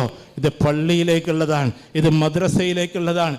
പാവം നമ്മുടെ ഉമ്മാമ്മമാർ ഇങ്ങനെ ഉണ്ടാക്കിയിട്ടുള്ള പ്രസ്ഥാനത്തിൻ്റെ പേരാണ് മദ്രസ പ്രസ്ഥാനമെന്നും ഈ പള്ളികളെന്നും. ഇന്ന് നമ്മുടെ അടുത്ത് ഇഷ്ടം പോലെ പൈസയാണ്. എന്താ ചെയ്യേണ്ടതെന്ന് ചിലർക്ക് അറിയാത്ത അവസ്ഥയിലാണ്. ഇനി എന്ന് ഷെഡ്യൂൾ ചെയ്താൽ അത്യാവശ്യമൊക്കെ ഉണ്ടാകും. ഇതുകൊണ്ട് നമ്മളെ മഹല്ലിലേക്ക് കുറേ കാര്യങ്ങൾ ചെയ്യാൻ പറ്റും. എൻ്റെ രാഷ്ട്രീയക്കാരായ ആളുകളോട് ദയവ് ചെയ്തിട്ട്, ഞാൻ അങ്ങനെ ഉപദേശിക്കാൻ വേണ്ടി വന്നതല്ല. ഞാൻ പറഞ്ഞ, ഞാൻ പ്രത്യേക രാഷ്ട്രീയത്തിൻ്റെ വക്താവോ ഏതെങ്കിലും അടക്കുന്ന ചാരി നിൽക്കുന്നുണ്ടാവും, എന്നാലും ഞാൻ അതിൻ്റെ മെമ്പർഷിപ്പ് പോലും ഇതുവരെ എടുത്തിട്ടില്ല. അതുകൊണ്ട് ഞാൻ നിങ്ങളോട് പറയാനും, രാഷ്ട്രീയത്തിൻ്റെ പേക്കൂത്തുകളെ നമ്മുടെ മഹല്ലിലേക്ക് കൊണ്ടുവരരുത്. സംഘടനാപരമായ ഓരോരോ പ്രശ്നങ്ങളെ നമ്മുടെ മഹല്ലിലേക്ക് കൊണ്ടുവരരുത്. ദയവ് ചെയ്ത് ഇത് പറയാനുള്ള കാരണം, നമ്മുടെ പിൻതലമുറയുടെ, നമുക്ക് വരാനിരിക്കുന്ന തലമുറയുടെ കോൺഫിഡൻസ് നഷ്ടപ്പെടുന്നതിൽ ഞങ്ങളെപ്പോലെയുള്ളവരുടെ എളിയവരുടെ പഠനം, അഥവാ ഇത് പഠിപ്പിക്കേണ്ടവർ തന്നെ തർക്കത്തിലാകുന്നു എന്നതാണ്. ഇത് പഠിപ്പിക്കേണ്ടവർ തന്നെ അങ്ങോട്ടും ഇങ്ങോട്ടും വാഗ്വാദത്തിലാണ് എന്നതാണ്. നമുക്ക് കരുത്തേകേണ്ടവർ തന്നെ പരസ്പരം അങ്ങോട്ടും ഇങ്ങോട്ടും പ്രശ്നത്തിലാണ് എന്നത് പുതിയ തലമുറയിൽ നിന്ന് ദീന് പോകാൻ കാരണമാകുന്നു എന്ന് എത്രയോ വിദ്യാർത്ഥികൾ നമ്മളോട് പറഞ്ഞിട്ടുണ്ട്. ഫറൂഖ് കോളേജിലും PSM കോളേജിലും ഇതുപോലത്തെ പ്രശസ്തമായ ക്യാമ്പസിൽ പോകുമ്പോൾ കുട്ടികൾ സ്വകാര്യതയോടുകൂടി നമ്മളോട് പറയുന്ന കാര്യമാണ്, സാർ ഞങ്ങളുടെ കോൺഫിഡൻസ് പോയി പോകുന്നു, ഞങ്ങൾക്ക് ഇന്ന പ്രസ്ഥാനത്തിൽ നല്ല വിശ്വാസമുണ്ടായിരുന്നു, പക്ഷെ അവർ തന്നെ തർക്കിക്കുന്നത് കാണുമ്പോൾ പിന്നെ ഞങ്ങൾ എന്താണ് ചെയ്യുക? അതുകൊണ്ടൊരു വക്കാല ഇന്നനീ മിനൽ മുസ്ലിമീൻ, ഞാൻ ഇന്ന പാർട്ടിക്കാരനല്ല, ഒരു മുസ്ലിമായി കൊണ്ട് പറഞ്ഞോട്ടെ. അള്ളാഹു ഖുർആനിൽ പറഞ്ഞിട്ടുള്ളത്, അവർ പറയും ഇന്നനീ മിനൽ മുസ്ലിമീൻ, ഞങ്ങൾ മുസ്ലിമീങ്ങളിൽ പെട്ടവരാണെന്ന് അവർ പറയുകയും ചെയ്യുമെന്ന് തഖ്വയുള്ളവരെ കുറിച്ച് പറയുന്നു. ഇന്ന പാർട്ടി എന്നല്ല പറയാ, ഞങ്ങൾ മുസ്ലിമീങ്ങളിൽ പെട്ടവരാണ്. അതുകൊണ്ട് ഒരു മുസൽമാനായിക്കൊണ്ട് മാത്രം പറഞ്ഞോട്ടെ. ദയവ് ചെയ്തിട്ട് പ്രസ്ഥാനങ്ങൾ തമ്മിലുള്ള തർക്കങ്ങളെ നിങ്ങളൊരു മേശയിലേക്ക് കൊണ്ടുവരിക, ഉലമാക്കളിൽ നിന്ന് ചർച്ച ചെയ്യട്ടെ. ദയവ് ചെയ്തത് മീഡിയയിലേക്ക് വിടാതിരിക്കുക, തർക്ക വിതർക്കങ്ങളിലേക്ക്. ഞാൻ പറഞ്ഞു എന്നതുകൊണ്ടൊന്നും ഒരു പക്ഷേ നിങ്ങളാരും അത് നിർത്തണമെന്നില്ല. ഞാനൊരു എളിയവനാണ്. ഞാൻ ഈ പാവം വിദ്യാർത്ഥി കൂട്ടങ്ങളുടെ, യുവാക്കളുടെ മനസ്സ് നിങ്ങളുടെ മുമ്പിൽ വെക്കുന്നു. ആയിരക്കണക്കിന് വിദ്യാർത്ഥികൾ നമ്മോട് പറയുന്നതിനെ ഞാൻ നിങ്ങളുടെ മുമ്പിൽ വെക്കുന്നു. ദയവ് ചെയ്ത് എന്തെങ്കിലും സംഘടനാപരമായ പ്രശ്നങ്ങളുണ്ടെങ്കിൽ ഒറ്റ മേശയിൽ ഇരുന്നു കൊണ്ട് തീർക്കാൻ വേണ്ടിയിട്ട് നോക്കണം. ഒരു മീഡിയക്കും അത് പുറത്തേക്ക് കൊടുക്കരുത്. അങ്ങനെ നമ്മൾ മുന്നോട്ട് പോകാവൂ, അങ്ങനെ നമ്മൾ ചെയ്യാവൂ. ദയവ് ചെയ്തൊരു മഹല്ലാകുമ്പോൾ അവിടെ വ്യത്യസ്ത അവാന്തര വിഭാഗങ്ങൾ ഉണ്ടാകും. ആരെയും ഒറ്റപ്പെടുത്തല്ലേ, ആരെയും ഒന്നും ചെയ്യല്ലേ. പകരം ആരാണ് അള്ളാഹുവിൻ്റെ മുമ്പിൽ ഉയർന്നു പോവുക എന്ന് അവൻ മാത്രം തീരുമാനിക്കുന്നതാണ്. അവന് മാത്രമേ അതിനുള്ള അധികാരമുള്ളൂ. ഒരു പാവം പെണ്ണിന്, അവളാകട്ടെ വലിയൊരു സാലിഹത്തായ പെണ്ണായിരുന്നു, മർഅത്തുൻ സാലിഹ, ഉഗ്രമായ രീതിയിൽ ഇബാദത്ത് ചെയ്ത് ജീവിക്കുന്ന ഒരു പാവം പെണ്ണ്. ആ പെണ്ണൊരു പൂച്ചയെ കെട്ടിയിട്ടേ ഉള്ളൂ. ആ പൂച്ചയെ കെട്ടിയിട്ടതിൻ്റെ പേരിൽ, അതിന് വിശന്നതിൻ്റെ പേരിൽ ആ സ്ത്രീ നരകത്തിലേക്ക് പോകേണ്ടി വന്നു എന്ന് കേൾക്കുന്നത് എവിടെയെങ്കിലുമല്ല, സഹീഹ് ബുഖാരിയിലാണ്. ഉലമാക്കളോട് ചോദിക്ക്, വിശുദ്ധ ഖുർആൻ കഴിഞ്ഞാൽ പിന്നെ ഏറ്റവും ആധികാരികമെന്ന് നമ്മൾ വിശ്വസിക്കുന്ന സഹീഹ് ബുഖാരിയിലെ ഹദീസാണ്. ഒരു പൂച്ചയെ കെട്ടിയിട്ടതിൻ്റെ പേരിൽ നരകത്തിലേക്ക് പോകേണ്ടി വന്ന മർഅത്തുൻ സാലിഹയെ കുറിച്ചിട്ട്. ഇപ്പുറത്താകട്ടെ വേറൊരു പെണ്ണിനെ കുറിച്ച് പറയുന്നു, സാനിയ എന്നാണ്, അവൾ വ്യഭിചാരിണിയാണ്, മോശക്കാരിയാണ് എന്നാണ്. ആ മോശക്കാരിയായ പെണ്ണ് ഒരു പാവം നായ കിതച്ചുകൊണ്ട് വലഞ്ഞുകൊണ്ട് വന്നപ്പോൾ അതിൻ്റെ ഷൂവിൽ അല്ലെങ്കിൽ അതിൻ്റെ ചെരുപ്പിൽ മാത്രം പാത്രമില്ലാത്തത് കൊണ്ട് എടുത്തിട്ട് വെള്ളം കൊടുത്തതിൻ്റെ പേരിൽ അതിൻ്റെ എല്ലാ പാപങ്ങളും പുറത്തു കൊടുത്തുവെന്ന് പ്രവാചക തിരുമേനി സല്ലല്ലാഹു അലൈഹി വസല്ലം നമ്മുടെ മുമ്പിൽ വെച്ചിട്ടുണ്ട്. എൻ്റെ പ്രിയപ്പെട്ടവരോട് അതുകൊണ്ട് ആരെയും നമ്മൾ അളന്ന് തിട്ടപ്പെടുത്തല്ലേ. അഹ്ലുസുന്നത്ത് വൽ ജമാഅത്തിന്റെ ആ വിശാലതമായ കാഴ്ചപ്പാടിൽ നമുക്ക് മുന്നോട്ട് പോകാം. ആരെയും അളന്ന് തിട്ടപ്പെടുത്തണ്ട. നാളെയുടെ ലോകത്ത് ആരൊക്കെ ഉയർന്നു നിൽക്കുമെന്ന് നമുക്കറിയില്ല. അതിൻ്റെ എല്ലാം തീരുമാനം സർവാധിപതി, സമഗ്രാധിപതി, സർവ്വധീശത്വത്തിന്റെയും ഉടമസ്ഥൻ അല്ലാഹു ഒരുവൻ മാത്രമാണ്. അന്ന് ഓരോ ആളുകളും ഉമ്മത്തി ഉമ്മത്തി എന്ന് വിളിച്ചു പറയുമ്പോൾ ഓരോ പ്രവാചകരും വിശാലമായൊരു ഹദീസാണ്. ആദം നബിയുടെ അടുക്കൽ പോകും, നൂഹ് നബിയുടെ അടുക്കൽ പോകും, ഇബ്രാഹിം നബിയുടെ അടുക്കൽ പോകും അലൈഹി സ്വലാത്തു വസ്സലാം. എല്ലാ നബിമാരും കഴിഞ്ഞ് അവസാനം ഈസാ അലൈഹി സ്വലാത്തു വസ്സലാമിയുടെ അരികിലെത്തും. ഇന്നത്തെ ദിവസം നിങ്ങൾ റൂഹുള്ളയല്ലേ, അള്ളാഹുവിന്റെ റൂഹല്ലേ, അള്ളാഹിനോട് വരാൻ പറ എന്ന് പറയുമ്പോൾ ചൂണ്ടിക്കാണിക്കുന്ന ഒരു പ്രദേശമുണ്ട്, ഒരു ഇടമുണ്ട്. ദാ അങ്ങോട്ട് പറഞ്ഞേക്കിൻ. ഇന്നത്തെ ദിവസം അവര് പറഞ്ഞാലല്ലാതെ അള്ളാഹു എഴുന്നള്ളൂല, അള്ളാഹു വരൂല. ഞങ്ങൾ ഒരു പ്രവാചകർ വിളിച്ചാലും അള്ളാഹു വരൂല. അത് മുഹമ്മദാണ് സല്ലല്ലാഹു അലൈഹി വസല്ലം. അങ്ങനെ ഞാൻ സുജൂദിൽ വീഴുമെന്നും എന്നെ സുജൂദിൽ നിന്നും എഴുന്നേൽപ്പിക്കുന്നത് എൻ്റെ അള്ളാഹു ആയിരിക്കും. മുഹമ്മദ് സല്ലല്ലാഹു അലൈഹി വസല്ലം, ഇന്നത്തെ ദിവസം നിങ്ങളൊന്ന് തല ഉയർത്തു എന്ന് മലക്കുകൾ വരി വരിയായി നിൽക്കും. അങ്ങനെ അന്നത്തെ ദിവസം അള്ളാഹു എഴുന്നള്ളുമെന്ന് നമ്മളെ പഠിപ്പിച്ചത് പ്രവാചക തിരുമേനി സല്ലല്ലാഹു അലൈഹി വസല്ലമയാണ്. ആരോരുമില്ലാത്ത നിശബ്ദമായ ആ രംഗം, ആ വല്ലാത്തൊരവസ്ഥയിൽ അള്ളാഹു ചോദിക്കുന്ന ഒരു ചോദ്യമുണ്ട്. ആ ചോദ്യം ഇതാണ്: ഇന്നത്തെ ദിവസത്തിൽ ആരുണ്ട് ഇവിടെ? ലിമനിൽ മുൽക്കുൽ യൗം ലില്ലാഹിൽ വാഹിദിൽ ഖഹാർ. വിശുദ്ധ ഖുർആനാണിത്. ലിമനിൽ മുൽക്കുൽ യൗം ലില്ലാഹിൽ വാഹിദിൽ ഖഹാർ. ഇന്നത്തെ ദിവസത്തെ ഉടമസ്ഥൻ ആരുണ്ട്? ലില്ലാഹിൽ വാഹിദിൽ ഖഹാർ.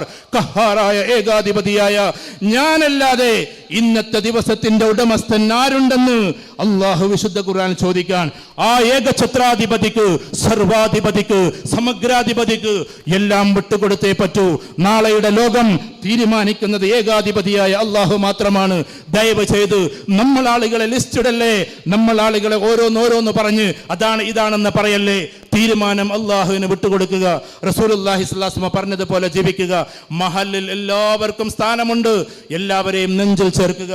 നമ്മുടെ മഹല്ലിൽ ഏതെങ്കിലും മറ്റ് ജാതിയിൽപ്പെട്ട നമ്മുടെ സഹോദരി സഹോദരന്മാർ ജീവിക്കുന്നുവെങ്കിൽ അവർക്കും അമ്ന് കൊടുക്കേണ്ടത് നമ്മളാണ്, നിർഭയത്വം കൊടുക്കേണ്ടത് നമ്മളാണ്. മക്കം ഫത്ഹ് നടന്നു. അവസാനം മദീനയിലേക്ക് തിരിച്ചു വരുന്നതിന് മുമ്പേ എല്ലാ ജാതിക്കാരെയും ഒരുമിച്ച് കൂട്ടിക്കൊണ്ട് റസൂലുള്ളാഹി സ്വല്ലല്ലാഹു അലൈഹി വസല്ലം സംസാരിച്ചത് ഇതാണ്: എൻ്റെ സമൂഹത്തിന് ഞാൻ നിർഭയത്വം കൊടുക്കുന്നതിനേക്കാൾ നിങ്ങൾക്ക് ഞാൻ നിർഭയത്വം തന്നിരിക്കും. എൻ്റെ സമൂഹത്തെ ഞാൻ സഹായിക്കുന്നതിനേക്കാൾ നിങ്ങളെ ഞാൻ സഹായിച്ചിരിക്കും. അങ്ങനെയാണ് സ്വന്തം മകളെ കൊന്ന നഊദു ബില്ലാഹ്, പിന്നെ സൈനബ് റളിയല്ലാഹു തആലയെ കൊന്ന മനുഷ്യനെ ചൂണ്ടിയിട്ട് ഫദ്ഹബു അൻതും മുത്തലഖാ ഖാല സലാസ.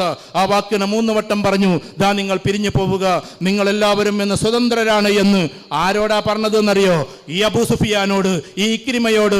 സുഹൈൽ എനിക്കെതിരെ പ്രസംഗിച്ചതുപോലെ ഒരാളും എനിക്കെതിരെ പ്രസംഗിച്ചിട്ടില്ല എന്ന സുഹൈൽ അന്നാണ് ഇസ്ലാമിലേക്ക് വന്നത്. ദീനിന്റെ മുഖ്യ പ്രഭാഷകൻ അത് എന്നും സുഹൈൽ റളിയല്ലാഹു തആല ആണ്. ആ സുഹൈൽ റളിയല്ലാഹു തആല അന്നാ ദീനിലേക്ക് വന്നത്.